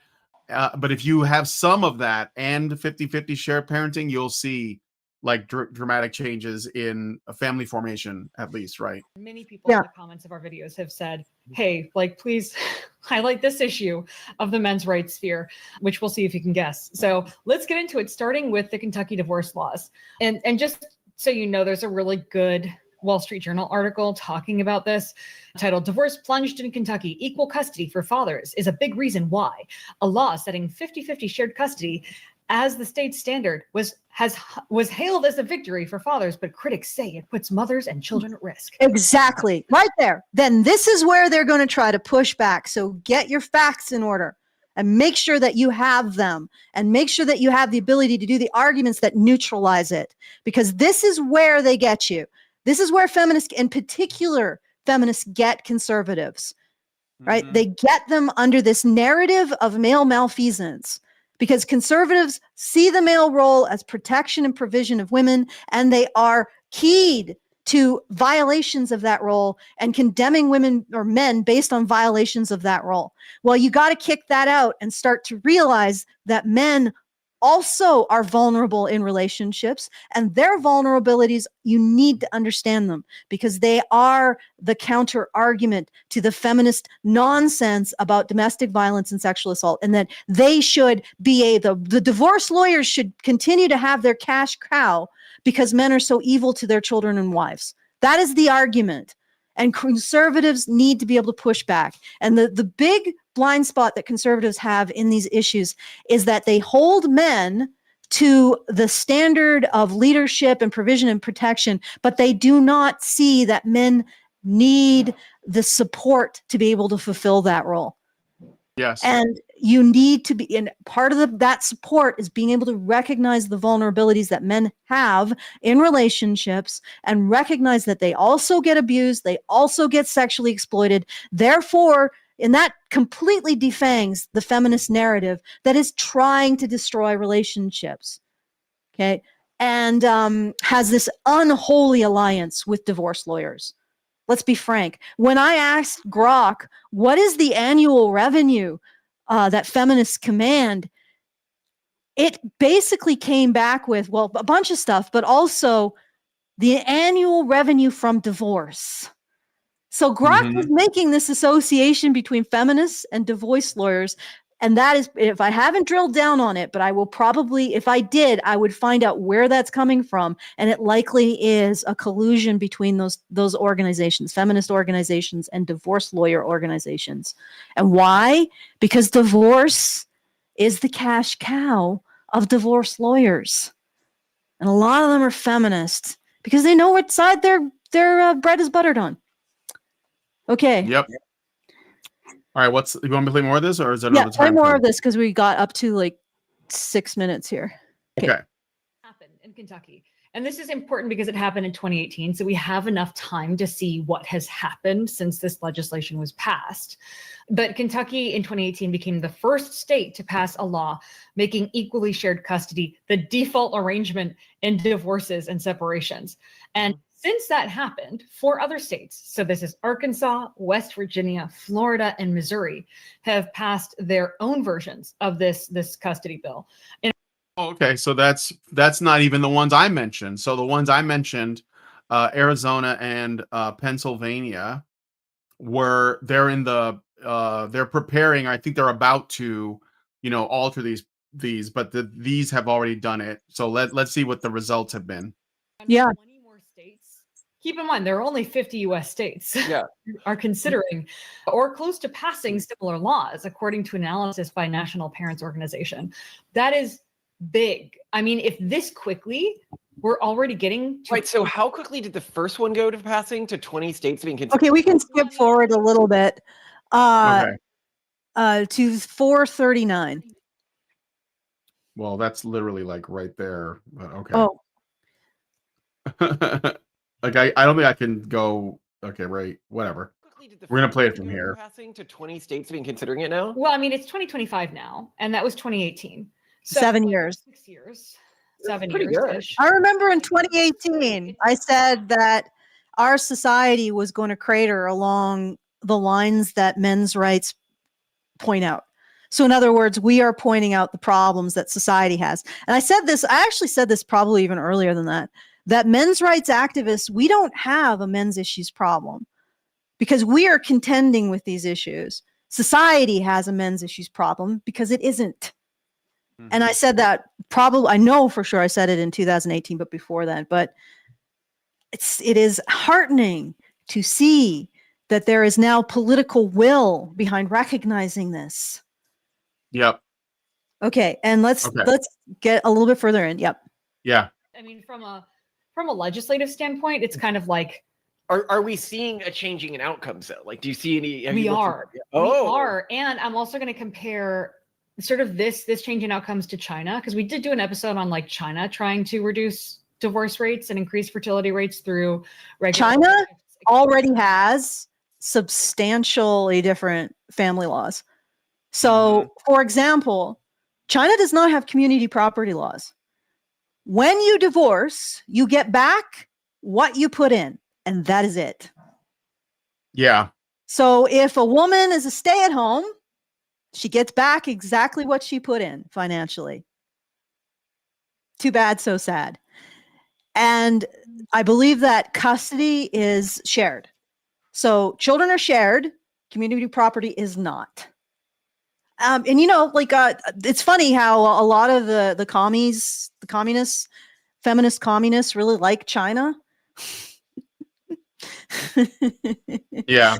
I don't think you would Well, like. I'm China. I don't know because you know they're not very like open with the way they run things. I do know that they definitely have a communist party running the government, but Mhm. I don't think that means that the actual country is communist, right? Like I think that it's not like It's a North weird. Korea. Yeah, It's a hybrid because they have to make stuff and they have to sell stuff. yes, And so, you know, like they are still producing, they produce a lot. So I don't think it's quite a communist country. I think they would like to say it is because they want to point to something that is a successful, you know, like a communist country. successful model, but I don't think it is. I think that's the reason why it still, you know, is and well, anyway, that's a secondary thing. Yeah, But I let's think move that on to. they're definitely a communist party in charge, but they're like sort of compromising with Yeah, this other is really secondary. Let's get back because you organisms. got Yeah, the I know. I'm sorry. And I think you'll also find that quite interesting. But let's just start with what happened in Kentucky. And what's interesting is because now in Kentucky we have enough data, the divorce rate plummeted between 2016 and 2023. It fell 25%. Whoa, so it's not just outcomes are changing, divorce rates. When you make women responsible, they stop getting divorces. 20% reduction just because 50-50 custody law? Yes, and here's the thing. The reason why the divorce plummeted is because shared custody, when women realized they would have to share custody, suddenly all of the irreconcilable differences became reconcilable. Right? If women weren't granted winner takes all in divorce, suddenly they realized, oh hey, maybe the fact he hangs the toilet paper the other way around isn't irreconcilable. Maybe the fact he snores isn't irreconcilable. Maybe the fact he sleeps on his sofa, you know, at 5, and that really makes me irate because I want him to be up and working. That's not irreconcilable. Like suddenly the bar for irreconcilable differences raises a bit. And most of those divorces didn't happen as a result of abuse. Again, it was irreconcilable differences. That is the predominant reason why women have been divorcing. And when you simply put a little bit of a change, and this is a change that is beneficial to children and fathers, and you know what else it's been? Ironically, and this is going to floor people, women indicate a greater level of happiness with shared custody arrangements than previous. They're happier. The children are happier. The men are happier. Everyone is happier except the feminists and the divorce lawyers. When we're happier, those people are not happy because I don't know, the divorce lawyers don't get their second Porsche. You know, they don't get to upgrade their pool, whatever else. And the feminists don't get to have the ability to destroy other people's relationships through false narratives. You know, that their ability to stick their noses into things and make people miserable. And then justify it as, oh, you would be more miserable if patriarchy was allowed to make your choices for you. Right? This all goes away. Everybody else is happier, but they're not. But why are we continuing to structure society? Like I said a while back, why are we allowing feminists to define the relationship between men and women spiritually, socially, economically, legally, in terms of policy, and in terms of all of these things? Why are we allowing this? Right? And then they're saying, oh, we're going to define all of these things for our benefit at the apparent expense of everyone else. So yes, shared custody makes everyone happy, except the feminists. And they're pals of the divorce lawyers. Okay. Okay. Should I play more of this? Yeah, a little bit more. I have one last. I have one last thing that I really want to bring in that brings these two things together. So let's finish this time code. Okay. This is tempered by the fact that there has actually been a nationwide decline in divorce of 18%. So, we're talking about a marginal 7%, but that's meaningful. Huge. That's huge. Well, And this is above. But also the national divorce rate decline could also be because shared custody initiatives are going around everywhere now. So, it's difficult to disentangle this, but yeah. And also the national divorce rate, we'd have to look at the national marriage rate, because the national marriage rate is declining, then the divorce rate is going to decline. I was going to say, like, it depends on how many people are getting married to begin with, because we know that men are not dating, they're not talking to women, they're not approaching women. So the few that are probably like more committed. So then so it's a matter of like how many people are getting married based on, or how many people are getting divorced based on how many have already gotten married. So that might be a lower number because of the fact that like only the people who are really gonna make it work are the ones attempting. So okay, so let's see. The Kentucky marriage rate compared to the national average is about the same now, but in 2021 it was 6.3 to 5.1. In 2020 it was 4.9 to 3.6. So up to 2020, it seems like Kentucky actually had a higher marriage rate than average than the US generally. So I could probably look back further. I could ask, what is for the last 10 years? But this preliminary my guy's here to drop off the stuff, but how about this?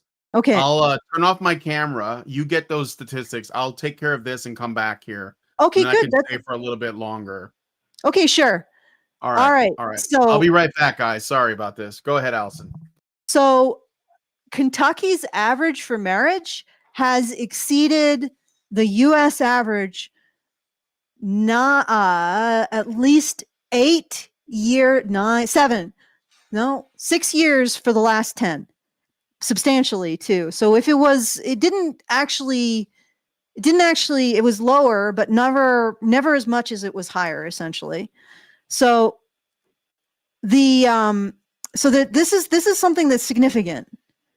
This is something that's very significant, it looks like, especially in the last few years. Actually, it looks like it's roughly the same. So take that for what you will. It seems like it's been in the last few years, it's actually been higher, but for the last 10 years, it's about the same. Anyway, so this may be something that is substantially, like, even more significant than what they're saying. I have to look a little bit more closely at it because I'm getting some inconsistencies with Grok, which means that it's drawing from different sources that may not have the same methodologies. So take that with a grain of salt. Anyway, so but the overall point is that there is a substantial, or at least, 7% out of 25 is almost 1/3. So we're looking at a substantial decrease in Kentucky. And then we have to also include the other portions of this, which is that there are more shared parenting initiatives going out in the US, which will reduce the marriage rate or the divorce rate overall throughout the US based just on that. Okay. But there's even more interesting stuff that's going on. And of course, I don't know if I should wait till Brian gets back or tell you. Guys, give me an idea. Let me see if there's any super chows, actually. Nope, there's no additional. Send in some super chows so I have something to do while I'm waiting for Brian to come back. And then we can talk about how we're going to tie all of this together. Because Kentucky's shared parenting law does have a connection to the birth rates. And I think it's absolutely critical to talk about that, because it has a lot of implications for how we can solve this issue. And again, it has a lot of implications for what I was talking about years ago, that society It's not men's issues advocates that have men's issues problem. It's society that has men's issues problem. Men's issues advocates are the ones who have the solution. And what I mean by that is all of us here that can talk about these things, that can exist in a space where we're not constantly absolving women of responsibility, and exist in a space that can recognize men's vulnerabilities without losing our shit. We are the people who are capable of dealing with men's issues, of advocating for men's issues, for holding people to the grindstone on these issues. It's like we just have this natural ability to deal with something that other people find utterly toxic. Like they just don't, like, we're, like I said, we're just some strange prototype, some mutant, high-powered mutants of some kind. We got gills, we can breathe underwater. Nobody else can do it. Other people, this stuff is just, it just makes them shut down and turn off and flip inside out and screech and and implode and try to force you away as quickly as possible. And it's because they're too damn weak to hold it. They're too damn weak to look at it. They're too damn weak to analyze it. And yet this is the problem that our society is facing. So that's why I say the solution comes from us. The solution has to come from us. It has to come from everybody listening to me now. It has to come from me and Brian, because we can actually look at the problem. We can actually analyze the problem. It doesn't induce existential terror in us. Like, we're not screaming at the sight of Cthulhu like the rest of the freaking world. And yeah, that is demonstrating a weak-mindedness. I'm going to come out right out and say it. It's weak-minded. And I mean, and the reason why I started talking about this is because I had people who come and they'd be despairing over these issues and ever getting them faced. And I told them to frame it in a different way. Okay, yeah, this is painful stuff. It's extremely painful. But you're getting gains because you're learning to manage it emotionally in a way that other people just can't. Right? For whatever reason, we have a natural athleticism when it comes to men's issues. And it's really our responsibility to exercise it and develop it as much as possible, because we are the frontline soldiers when it comes to these issues. We're the ones who can identify it, and there are ones who can carry it, because it's a heavy burden, right? So yes, it's painful, but it's pain with a purpose. It's the pain of exercising a natural talent and developing it. And again, the world, like the West, like our cultures, our societies that we live in, our friends and families, they aren't going to save us by solving men's issues. We're going to save them by advocating for them and making sure they're never forgotten or brushed under the rug like feminists want to do, like we're seeing with the shared custody initiative. Of course, there are criticisms because feminists want to regain control over divorce. They want to continue to advocate for their policies and procedures because they give them power over people. And of course, because their friends, the divorce lawyers, gain a lot of money from them. You're scared of Cthulhu, just saying, okay, but are you scared of men's issues? Because men's issues exist, Cthulhu does not. All right, get those super chows in, guys. feedthebadger.com/justthetip. And also remember, we are doing our monthly fundraiser, so help us out at feedthebadger.com/support. And I'm going to look at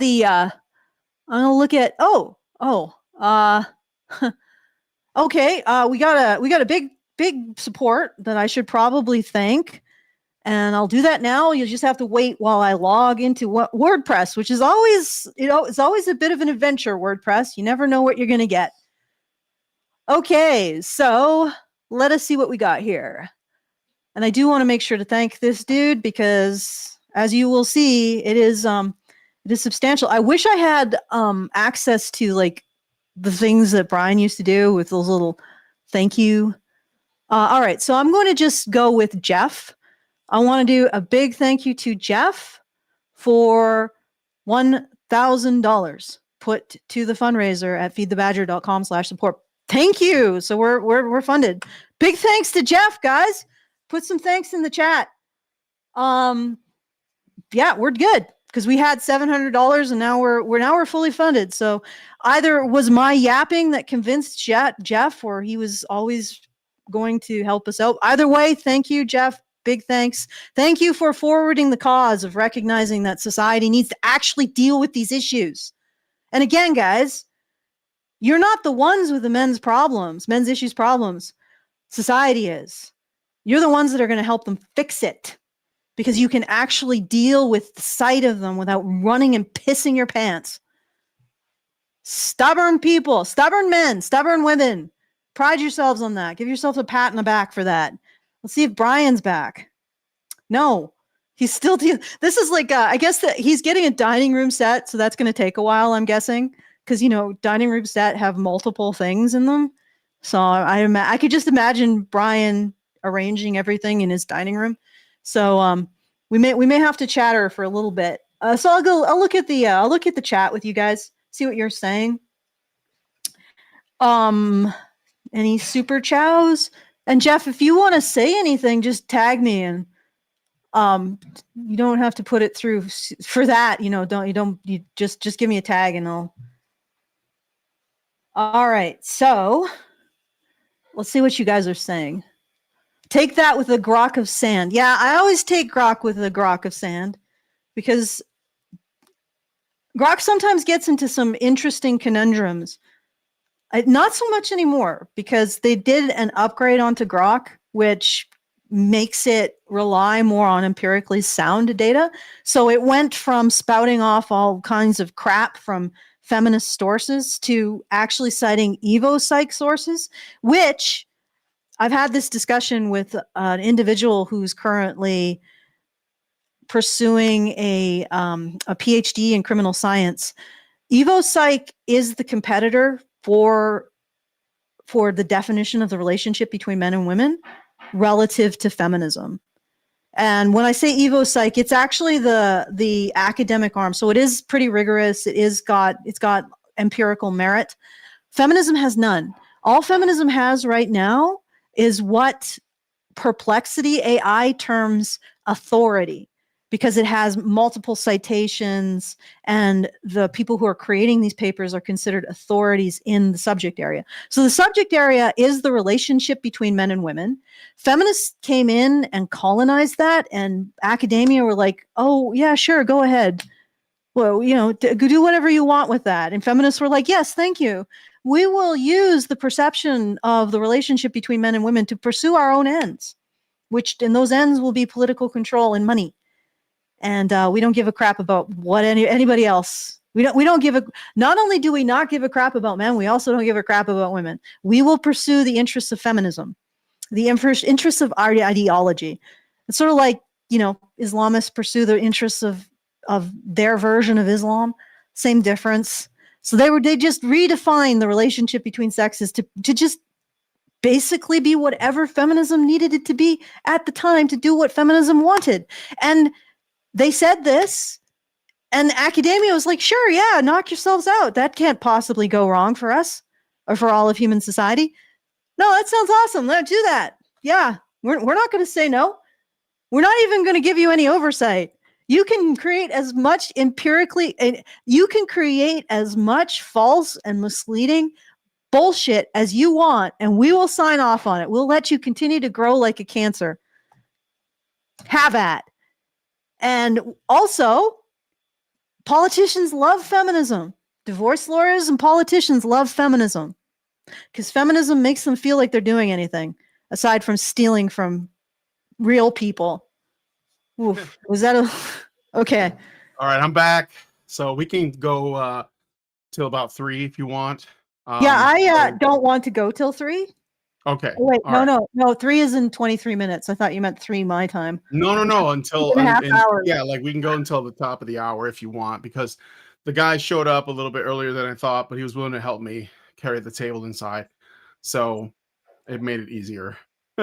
I saw that thing and it was like bigger than I thought. So Metallica says, men's issues don't scare me quite as much as the average normie's ability to listen to my well thought out arguments, only to mentally throw them out the very next second. Yes, isn't that fascinating? Like you can talk to a normal person and you'll explain everything, right? And then they'll just, the next second, they just default back onto, what they've been trained to vomit forth from their pie 100%. holes. Well, Yeah. because it's way too challenging to their worldview. Oh, I get yes. it. It's Yes. so hard. It's because they even if they don't like things the way they are, they're comfortable with them being the way they are. Even if you like, it's hard, man. But Yeah. I got a super chow from Betty Okay. Adams just now. Thank you, Betty. And she gives us $10 and says, could what is different about us men's issues people have to do with being low in politeness and high in compassion? I recall that your big five personality test results show that you were, and I know mine were.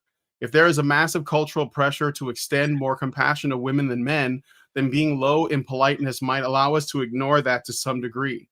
While if we are high in conscientiousness, our sense of justice would demand men get their fair share of compassion. Yeah. Yeah. The problem with the Big Five personality test is it conflates two aspects of compassion that end up making that element of the Big Five, I think, lose a lot of its explanatory power. And what I mean by that is there's being polite and then there's being compassionate, right? So people will be polite in order to maintain their own, in many cases. Agreeableness, isn't it? Yeah, they're agreeable. Agreeableness we're talking Well, about? yeah, yeah, agreeableness, but agreeableness has compassion and politeness. People can be Yeah. polite out of selfishness because they simply don't want to, they don't want to bear the cost of truth. Right. But people who are low in politeness but high in compassion will bear the cost of saying the truth as they see it, regardless of how much social pressure they have to be polite.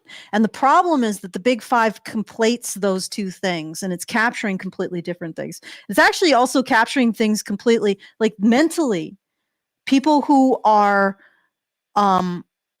who express politeness versus compassion, those that they occupy different parts of the brain. Okay, so social, like adhering to what is expected of you socially, is not a form of compassion.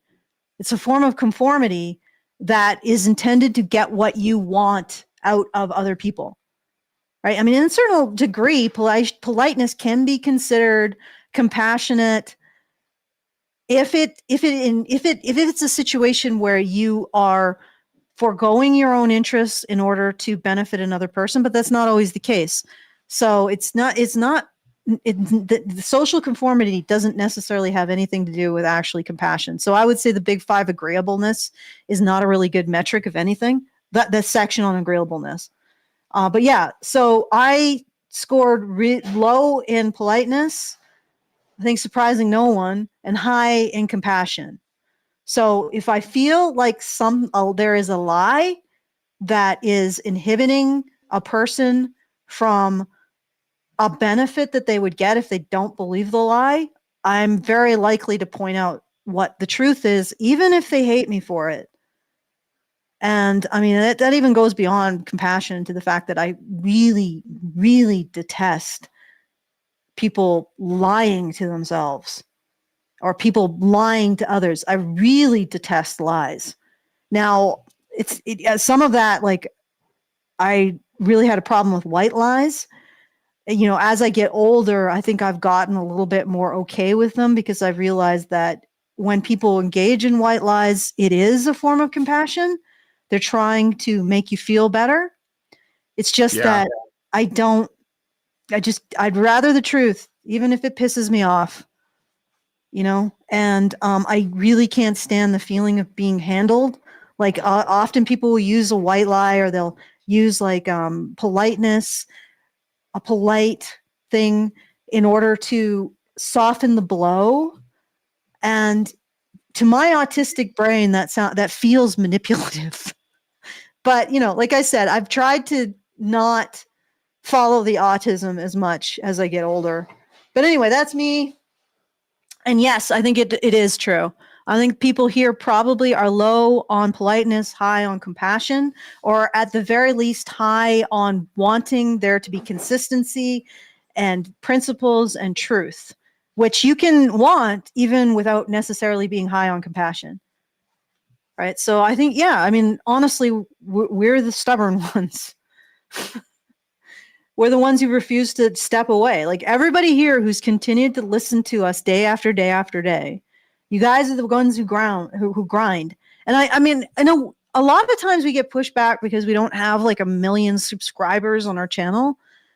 Even though I think that they're like, when we talk about stuff, you'll notice other YouTubers with a wider reach start picking up on it. Lots of people have noticed this and pointed it out to us, that we sort of get to it first. And by getting to it first, you guys who listen to us get it to even more first. Well, no, we get to it first and then you get it to it first after that. Okay, never mind. Anyway, but my point is that you guys have stuck with this day after day after day. Those of you who have. This isn't about being popular.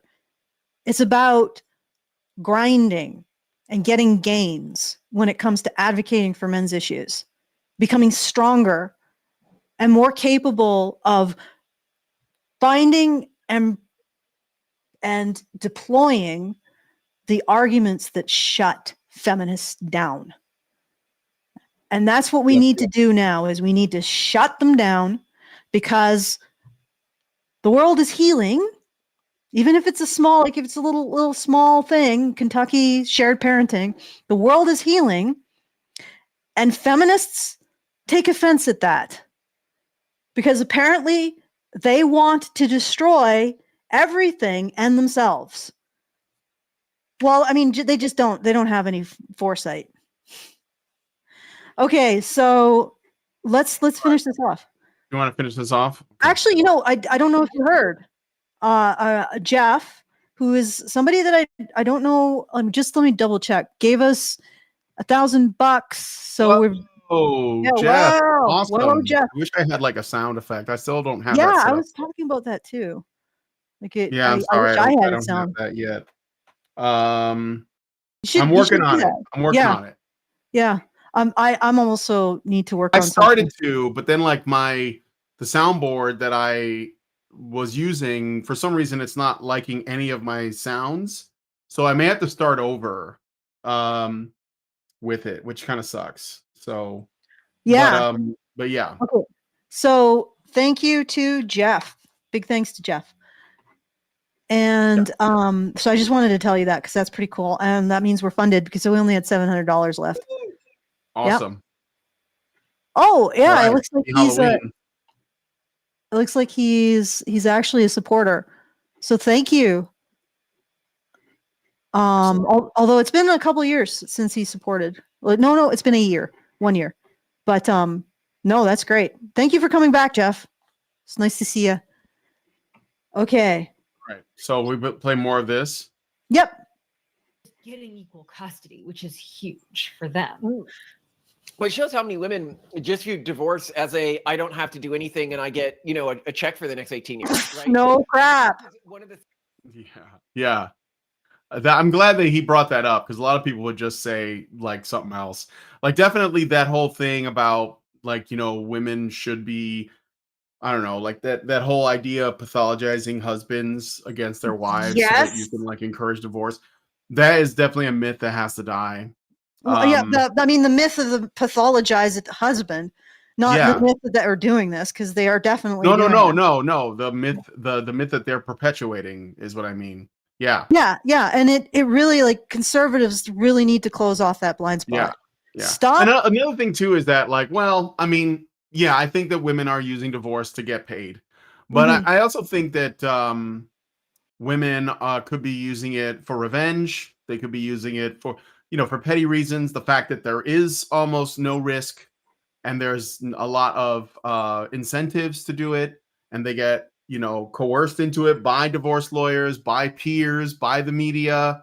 It's everywhere. Like I said, it's normalized. Like this, how many stories and films and stuff have you seen where they show like a married wife as miserable because she's married, and there's something that tempts her away to get divorced, whether it's like another man or not. Well, that used to be a thing, but now it's less of that. Now it's more like a job and like something fulfilling, single women around them getting them to leave their husbands or whatever. So yeah, there's a lot of factors, but yeah, I think that that's a big one. All right, so more of this. Things about equal custody is I'm pretty sure it's like way harder to get good Alimony. Yes. So yeah, that that kind of happened actually a little bit after this legislation was passed, because again, men have no rights. Haha, it's nothing's gonna ever change. But fortunately, recently Kentucky's legislature did decide that parents who spend more time caring for their children should also pay less in child support. So to be fair, in these divorces, men still often are saddled with child support. However, at least now the state's like, oh, wait a second, you have 50% custody. What's going on here? And I've actually seen this show up organically in like financial audit interview YouTube channel shows where mothers who are used to getting child support are complaining about this. So the financial, you mean like that guy that's always got viral videos where he's like he's trying to help people balance their budgets, like pay off their debts. Yep, And that guy. yeah, there's a surprise. Well, not surprising if you're here, but there's a large number of women that are angry that child support payments are not even like they're losing them, but they're just being like, maybe they're being reduced, or they're not able to increase them or something. Mm-hmm. So yeah. Yeah. All right. Is there another? Keep going. Yep. Yes, they're freaking out. They're like, what? What am I supposed to do? Get a job? They're like, and now my child support's gone down because my husband is, has 50% custody. So this is 100% showing up like in the wild naturally. And I think that's really big. For pronatalism, this is something we should push much more. I think forced equal custody and forced no child support when there is equal custody, because there shouldn't be child support in equal custody cases. I mean, I get child support in the event that a woman like completely dropped her career. Yeah, no, I agree. Like she went into the marriage to be a homemaker and never had a job. I get that, even in equal custody. Yeah. I don't know if you want to say anything about any of that. I mean, whatever, it's fine. Yeah, I mean, honestly, like I think most men's issues advocates are probably fine with that, as long as men have equal shared custody, physical custody. Yeah, like this is an outcome that's like a lot of fathers have primary custody and still pay child support. Well, the other thing too is that like the thing about child support is that like does it actually go to the child? Probably not, but that's the thing too, is that a lot of times child support, I don't think there's any way to control whether or not the money only goes to the child, or if the mom just uses it for whatever. Yeah, no, there's no way of controlling that. And I've heard stories of fathers who have to pay child support. They don't want to go back to family courts, or at least this was a while back, because they didn't want anything to be changed. They were fine paying child support as long as they had access to their kids, and they didn't want to rock the boat because of the kind of bias they were facing in the courts. But it sounds like people are finally, cleaning up the feminism. We need an aggressive clean, guys. We need it out of our NGOs. We need it out of our schools. We of course need it out of the family courts, and we need our politicians it needs to be political suicide to start talking about feminism. At least the feminism that says, I mean, we could talk about equal rights. That's fine. Not the feminism that frames men as abusers, oppressors, and using domestic violence and sexual assault to oppress women. It is unsubstantiated malarkey. Remember years ago, I don't know if you remember this, Shu got involved in this. I did a tweet that said, the assertion that men oppress women is it is a radical assertion, which requires, it's an extraordinary assertion, which requires extraordinary evidence, and which has not been supplied. In fact, there's literally there is no evidence, and where there is evidence, it's against the assertion. And Shu retweeted it, and she got shit. I don't know if you know about that. She got flambéed for it. Although I think now she'd probably agree with it, like wholeheartedly. Anyway, Yeah. shall we watch a little bit more? You seem to have trailed off, so perhaps we should do a bit more. No. I was just listening to you and looking at the chat. Yeah. I think that the sort of the worse you make divorce, the less divorce we're gonna have, right? And kind of, but we'll see a comparison there. Actually, I'm just gonna jump to it because we should compare how this is related to China. So while this reform obviously is focused on first and foremost creating a fairer system, like this legislation wasn't passed with the knowledge that it was going to reduce divorce rates. It was just it was creating a system that incentivized less adversarial breakups. Mm. All right, I'm just pausing for the banana and I don't know. But yeah, I mean, that's the thing. You don't have to start from we want to lower divorce rates. You can just balance, you can just do it for like what they said, because it's a more just system to presume 50-50 shared parenting and to presume that, either party, if there is an abusive party, it could be either one of them. And instead of having the sort of inherent bias in favor of, it's and it's based, I mean, if there's data, they're probably pulling it from feminist sources that will claim, what we've been saying on this show for, the entire time.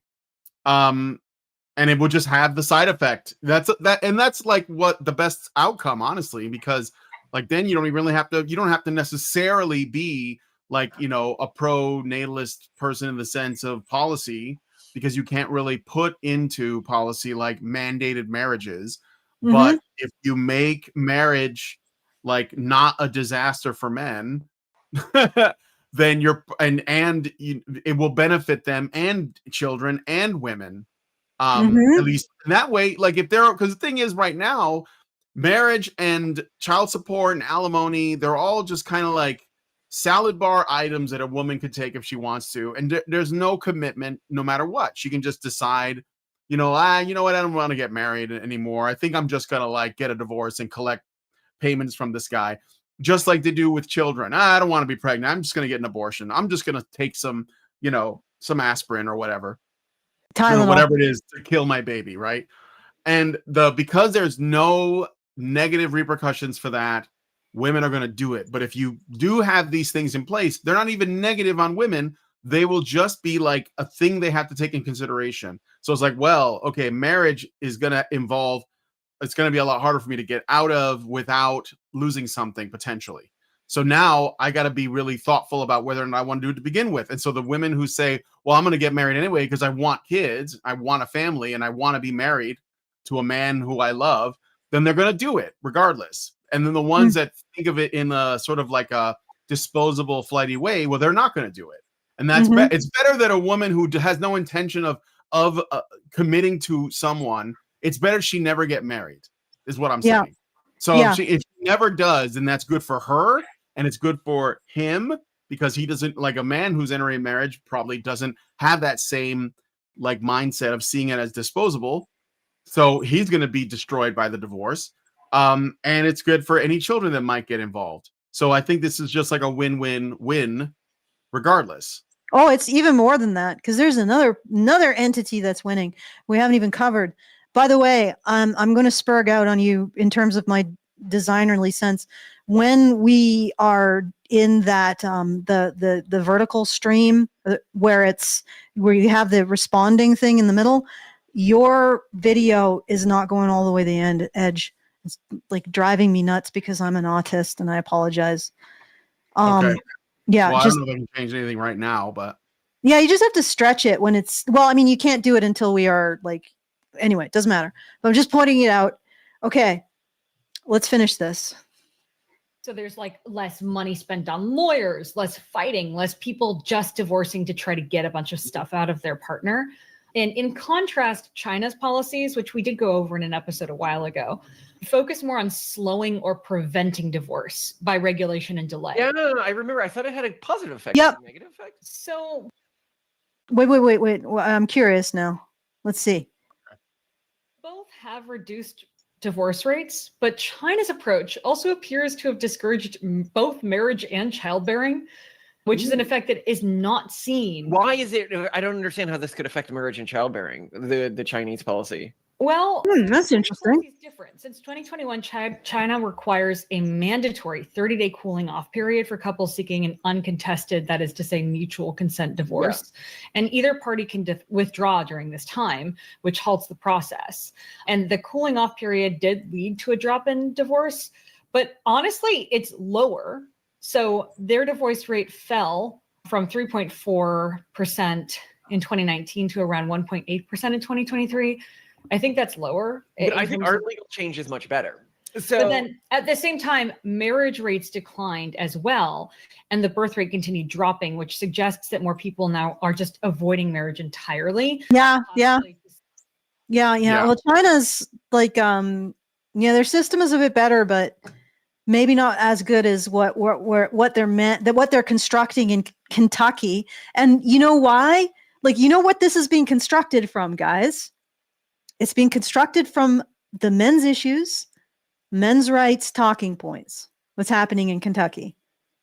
Yet because we kept this stuff alive, they're constructing policy based on it, and they're finding downstream effects. Now, I don't know if Simone and Malcolm talk about it. So let's just keep going. All right. Sidestep the difficulty of divorce, and there has been no measured decline in marriage or birth rate. So I'm going to push back on the cause here. I'd suggest people watch our video on Nobody Wants to Marry Chinese Women Anymore. There has been a Chinese cultural change around women where they're there's that too. Worse than woke women in the United States. Yeah. And they're just, nobody wants to marry them anymore. And so I don't think. I believe that. I mean, I know that's true. That Asian women are in China, South Korea. I know for sure those countries. I think Japan too.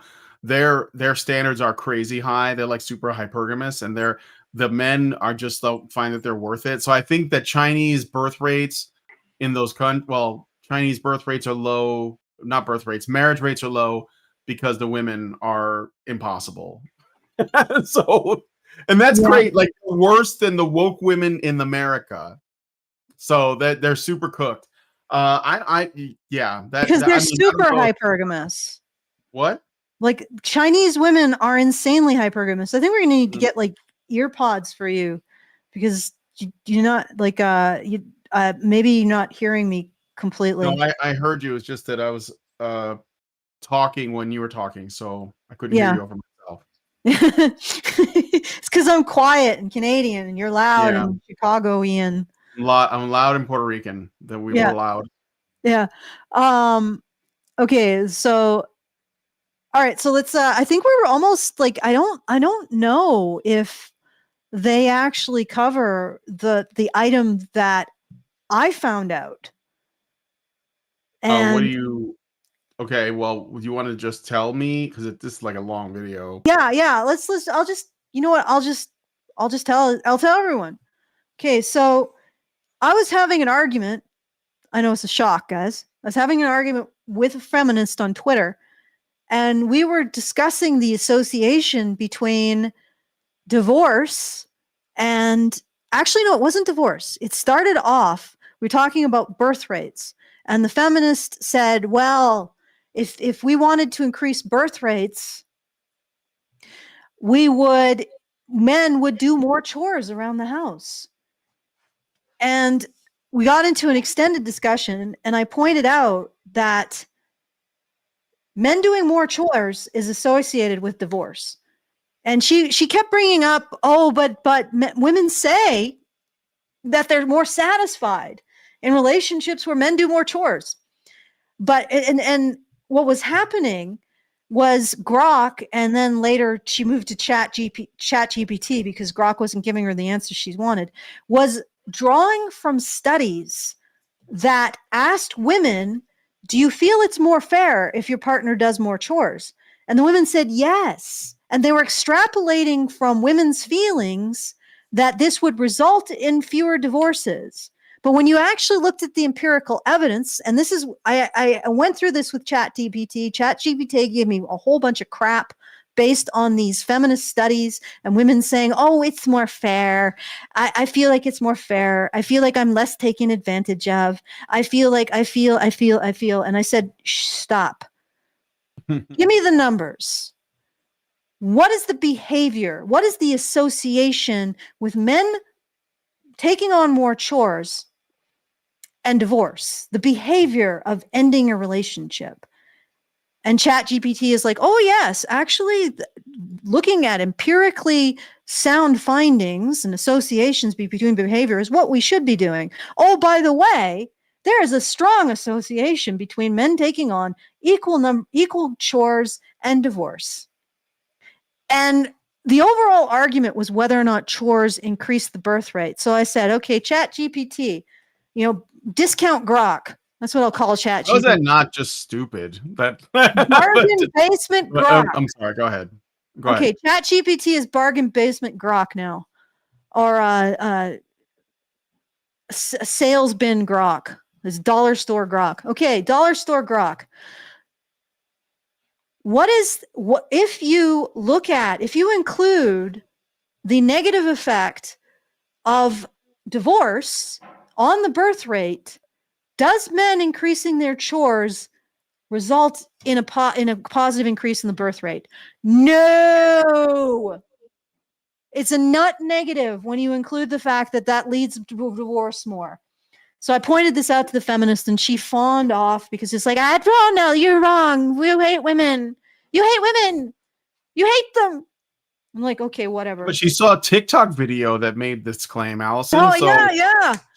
She read it on a Medium blog. It's data, basically. You know what I'm dealing with now on Twitter? There are feminists. You remember we went through the Manifestel bullshit with the bonobos? There are feminists using those arguments now on me and Twitter. Oh my God. Yes. These influencers, guys, these female influencers are arming legions of women with these retarded arguments. Thankfully, Grok has gotten that upgrade, so it's a lot easier to annihilate them. But anyway, so the original... Speaking of Grok, well, no, finish your story. Okay, so the original argument was the relationship between men doing chores and men... increased birth rate. But through the conversation, Grok said something to me that I ended up drilling down on. And what it was that shared parenting is associated with increased birth rates. Guys, so remember we went through that whole thing about how, we're all going to hell, like birth rate hell, because, nobody's having children anymore. Shared parenting increases birth rates. Right. And then I drilled down on that, on what's going on, started bringing up the Kentucky stuff. Apparently, they're having more children. And the reason why they're having more children, here's the thing, is that when women have an involved partner, like a man who is involved in the raising of his children, highly involved, they're more likely to have more children. Okay. It's not just providership. Okay. That's actually not, it may be important, but it's not sufficient. What is sufficient is that men involve themselves more in the day-to-day raising of their own children, which incidentally, many fathers want to do.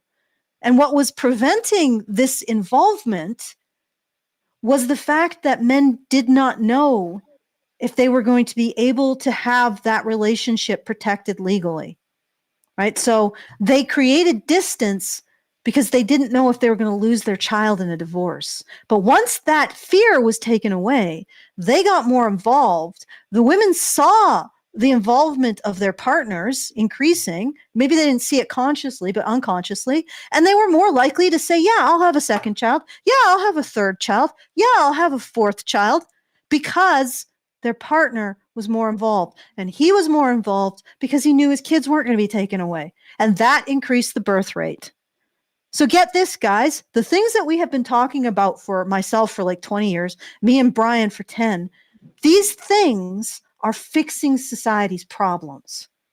Men's issues, recognizing men's issues, dealing with them, advocating them. is advocating for society, and it's advocating for the human future. So you guys were never in a position of being the victims. Like people constantly accuse. You're never the whiners. You were the truth tellers that kept the flame alive. The solution to the problems that everyone's facing now. The solution to the problem of the breeding colony collapse that everyone is facing now. All of our economic problems are a result of that. A lot of our political problems are a result of that because we can't find cohesion anymore. Now we're arguing over things that are functional, like they are functional. They're mechanisms of a functional country. Controlling immigration is a mechanism of a functional country. Now it's an argument. That is ridiculous. It should never be an argument. But that is a sign that social cohesion is collapsing, right? And it's essentially what's happened is nobody is invested in the concept, or not nobody, but maybe half of the U.S. population. To use an example, because this is rife everywhere in the West, they're no longer invested in the idea of a society, the idea of a cooperative relationship with their neighbor. They're no longer invested in that. So they no longer want to protect it. Why? Because we have embraced a corrosive narrative about how men and women relate. And that means we have embraced a corrosive narrative about how everyone relates. And there's going to be more and more problems that are caused by that narrative, because it is the foundation of the trust required for our productivity, for our political systems, for our medical systems, for our justice systems, for our roadways, for our infrastructure, for our education. That trust between men and women is required for everything. It is the foundation of everything. There is nothing that it does not touch, which is probably why one of the most critical statements in the Bible, just to bring Christianity, I know everybody's groaning now, is that women submit to men. What did that functionally mean? Women demonstrate trust, because that is the foundation of trust in everyone, in everything. Okay. Yeah. All right. Instead of women's greatest weakness, it's actually their greatest power, because that demonstration of trust supercharges cooperation between people in every capacity that you could possibly imagine. Okay. All right. Well, now I do have to go. Okay. So I got to go pick up Lindsay. So, all right then. What? Go ahead. I said, all right then. Let's wind it down. All right. Oh, your camera froze, Allison. Oh shit! When did it freeze? Oh no, yeah, no, it's back up now. I don't know. It just did for. Okay. It's fine now. Okay. Was it freezing while I was yapping? No, it just did briefly, but it's fine now. Okay. Either that or you were very still, which I don't believe. So. Well, I am on my fourth cappuccino, so probably not. No, there's no way. You could be moving so fast that it looks like you're sitting still, kind of like, when you spin a propeller, it starts to look like it's going in the opposite direction. Anyway, if I ever start looking, like if you ever start seeing something that looks like the angels from the Bible, with the multiple eyes and arcs, the fourth dimensional, you'll just know that I have broken the time barrier, the space-time barrier. Biblically accurate, Allison. Kinetic miss. Okay. Anyway, so yeah, we're gonna go ahead and do the things, and I'll do the things. All right, so I'll just double check to see if there's any more thank yous to give. Sometimes you guys do a little bit more on that score. And again, big thank you to Jeff. Thanks for coming back, man. Thank you, Jeff. Really appreciate it. And doesn't look like there's any additional thank yous. Big thanks to Telenar and OKFS, because they also got us over the edge at this fundraiser. And a big thanks to everybody who supported us earlier. Very much appreciated, because we are making progress. I know it seems slow and agonizing. I think Grok is going to actually really help. You should start outsourcing a lot of You these. should check out Grokpedia, Allison. We're on there. Really? And it's actually a very fair article. Yeah. Yeah, I'm not surprised. Yeah, look up look up men's rights activists, Gamergate, and Honey Badger Brigade on Grokpedia. You'll find that it's actually quite fair. I'm like, wow, this is not Wikipedia. And Wikipedia is sweating bullets, by the way. Good, because they need to. They've just been running roughshod over everybody ideologically. But okay, so I just want to remind everybody that you don't have the problem like that. You guys here, you think that, you know, and I don't need to minimize your pain, but the truth is that the fact you can recognize these issues, that you can exist in this space where you're not deflecting blame from women and you're actually recognizing the vulnerabilities of men, mark you as uniquely stubborn. And the solution is going to come from us and you, not from the world. I mean, it'll come from the world adopting what we talk about like it did here. Birth rate problem, what's the solution? What a shock. It was a men's issues all along. That was the solution. Shared custody. Okay, I'm going to feedthebadger.com/justthetip at any time after the show, and we will respond to you at the next reasonably appropriate show. I would say feedthebadger.com/support, but we got what we need. So it would only be giving us more, which you can do if you want. So yeah, feedthebadger.com/justthetip to send us those comments. All right, Brian. All right. Well, if you guys like this video, please hit like, subscribe if you're not already subscribed, hit the bell for notifications, leave us a comment, let us know what you guys think about what we discussed on the show today. And please share this video because sharing is caring. Thank you guys so much for coming on today's episode of Maintaining Frame, number 187 on an Undercover Cop. And we will talk to you guys in the next one. Have a good Halloween, Hallows Eve, All Saints, and all that. See you guys next week. Men's rights activists are machines, dude. Okay? They are literal machines. They are talking point machines. They are impossible to fucking deal with, especially if you have like a couple dudes who have good memory on top of that too. Holy shit, you're fucked.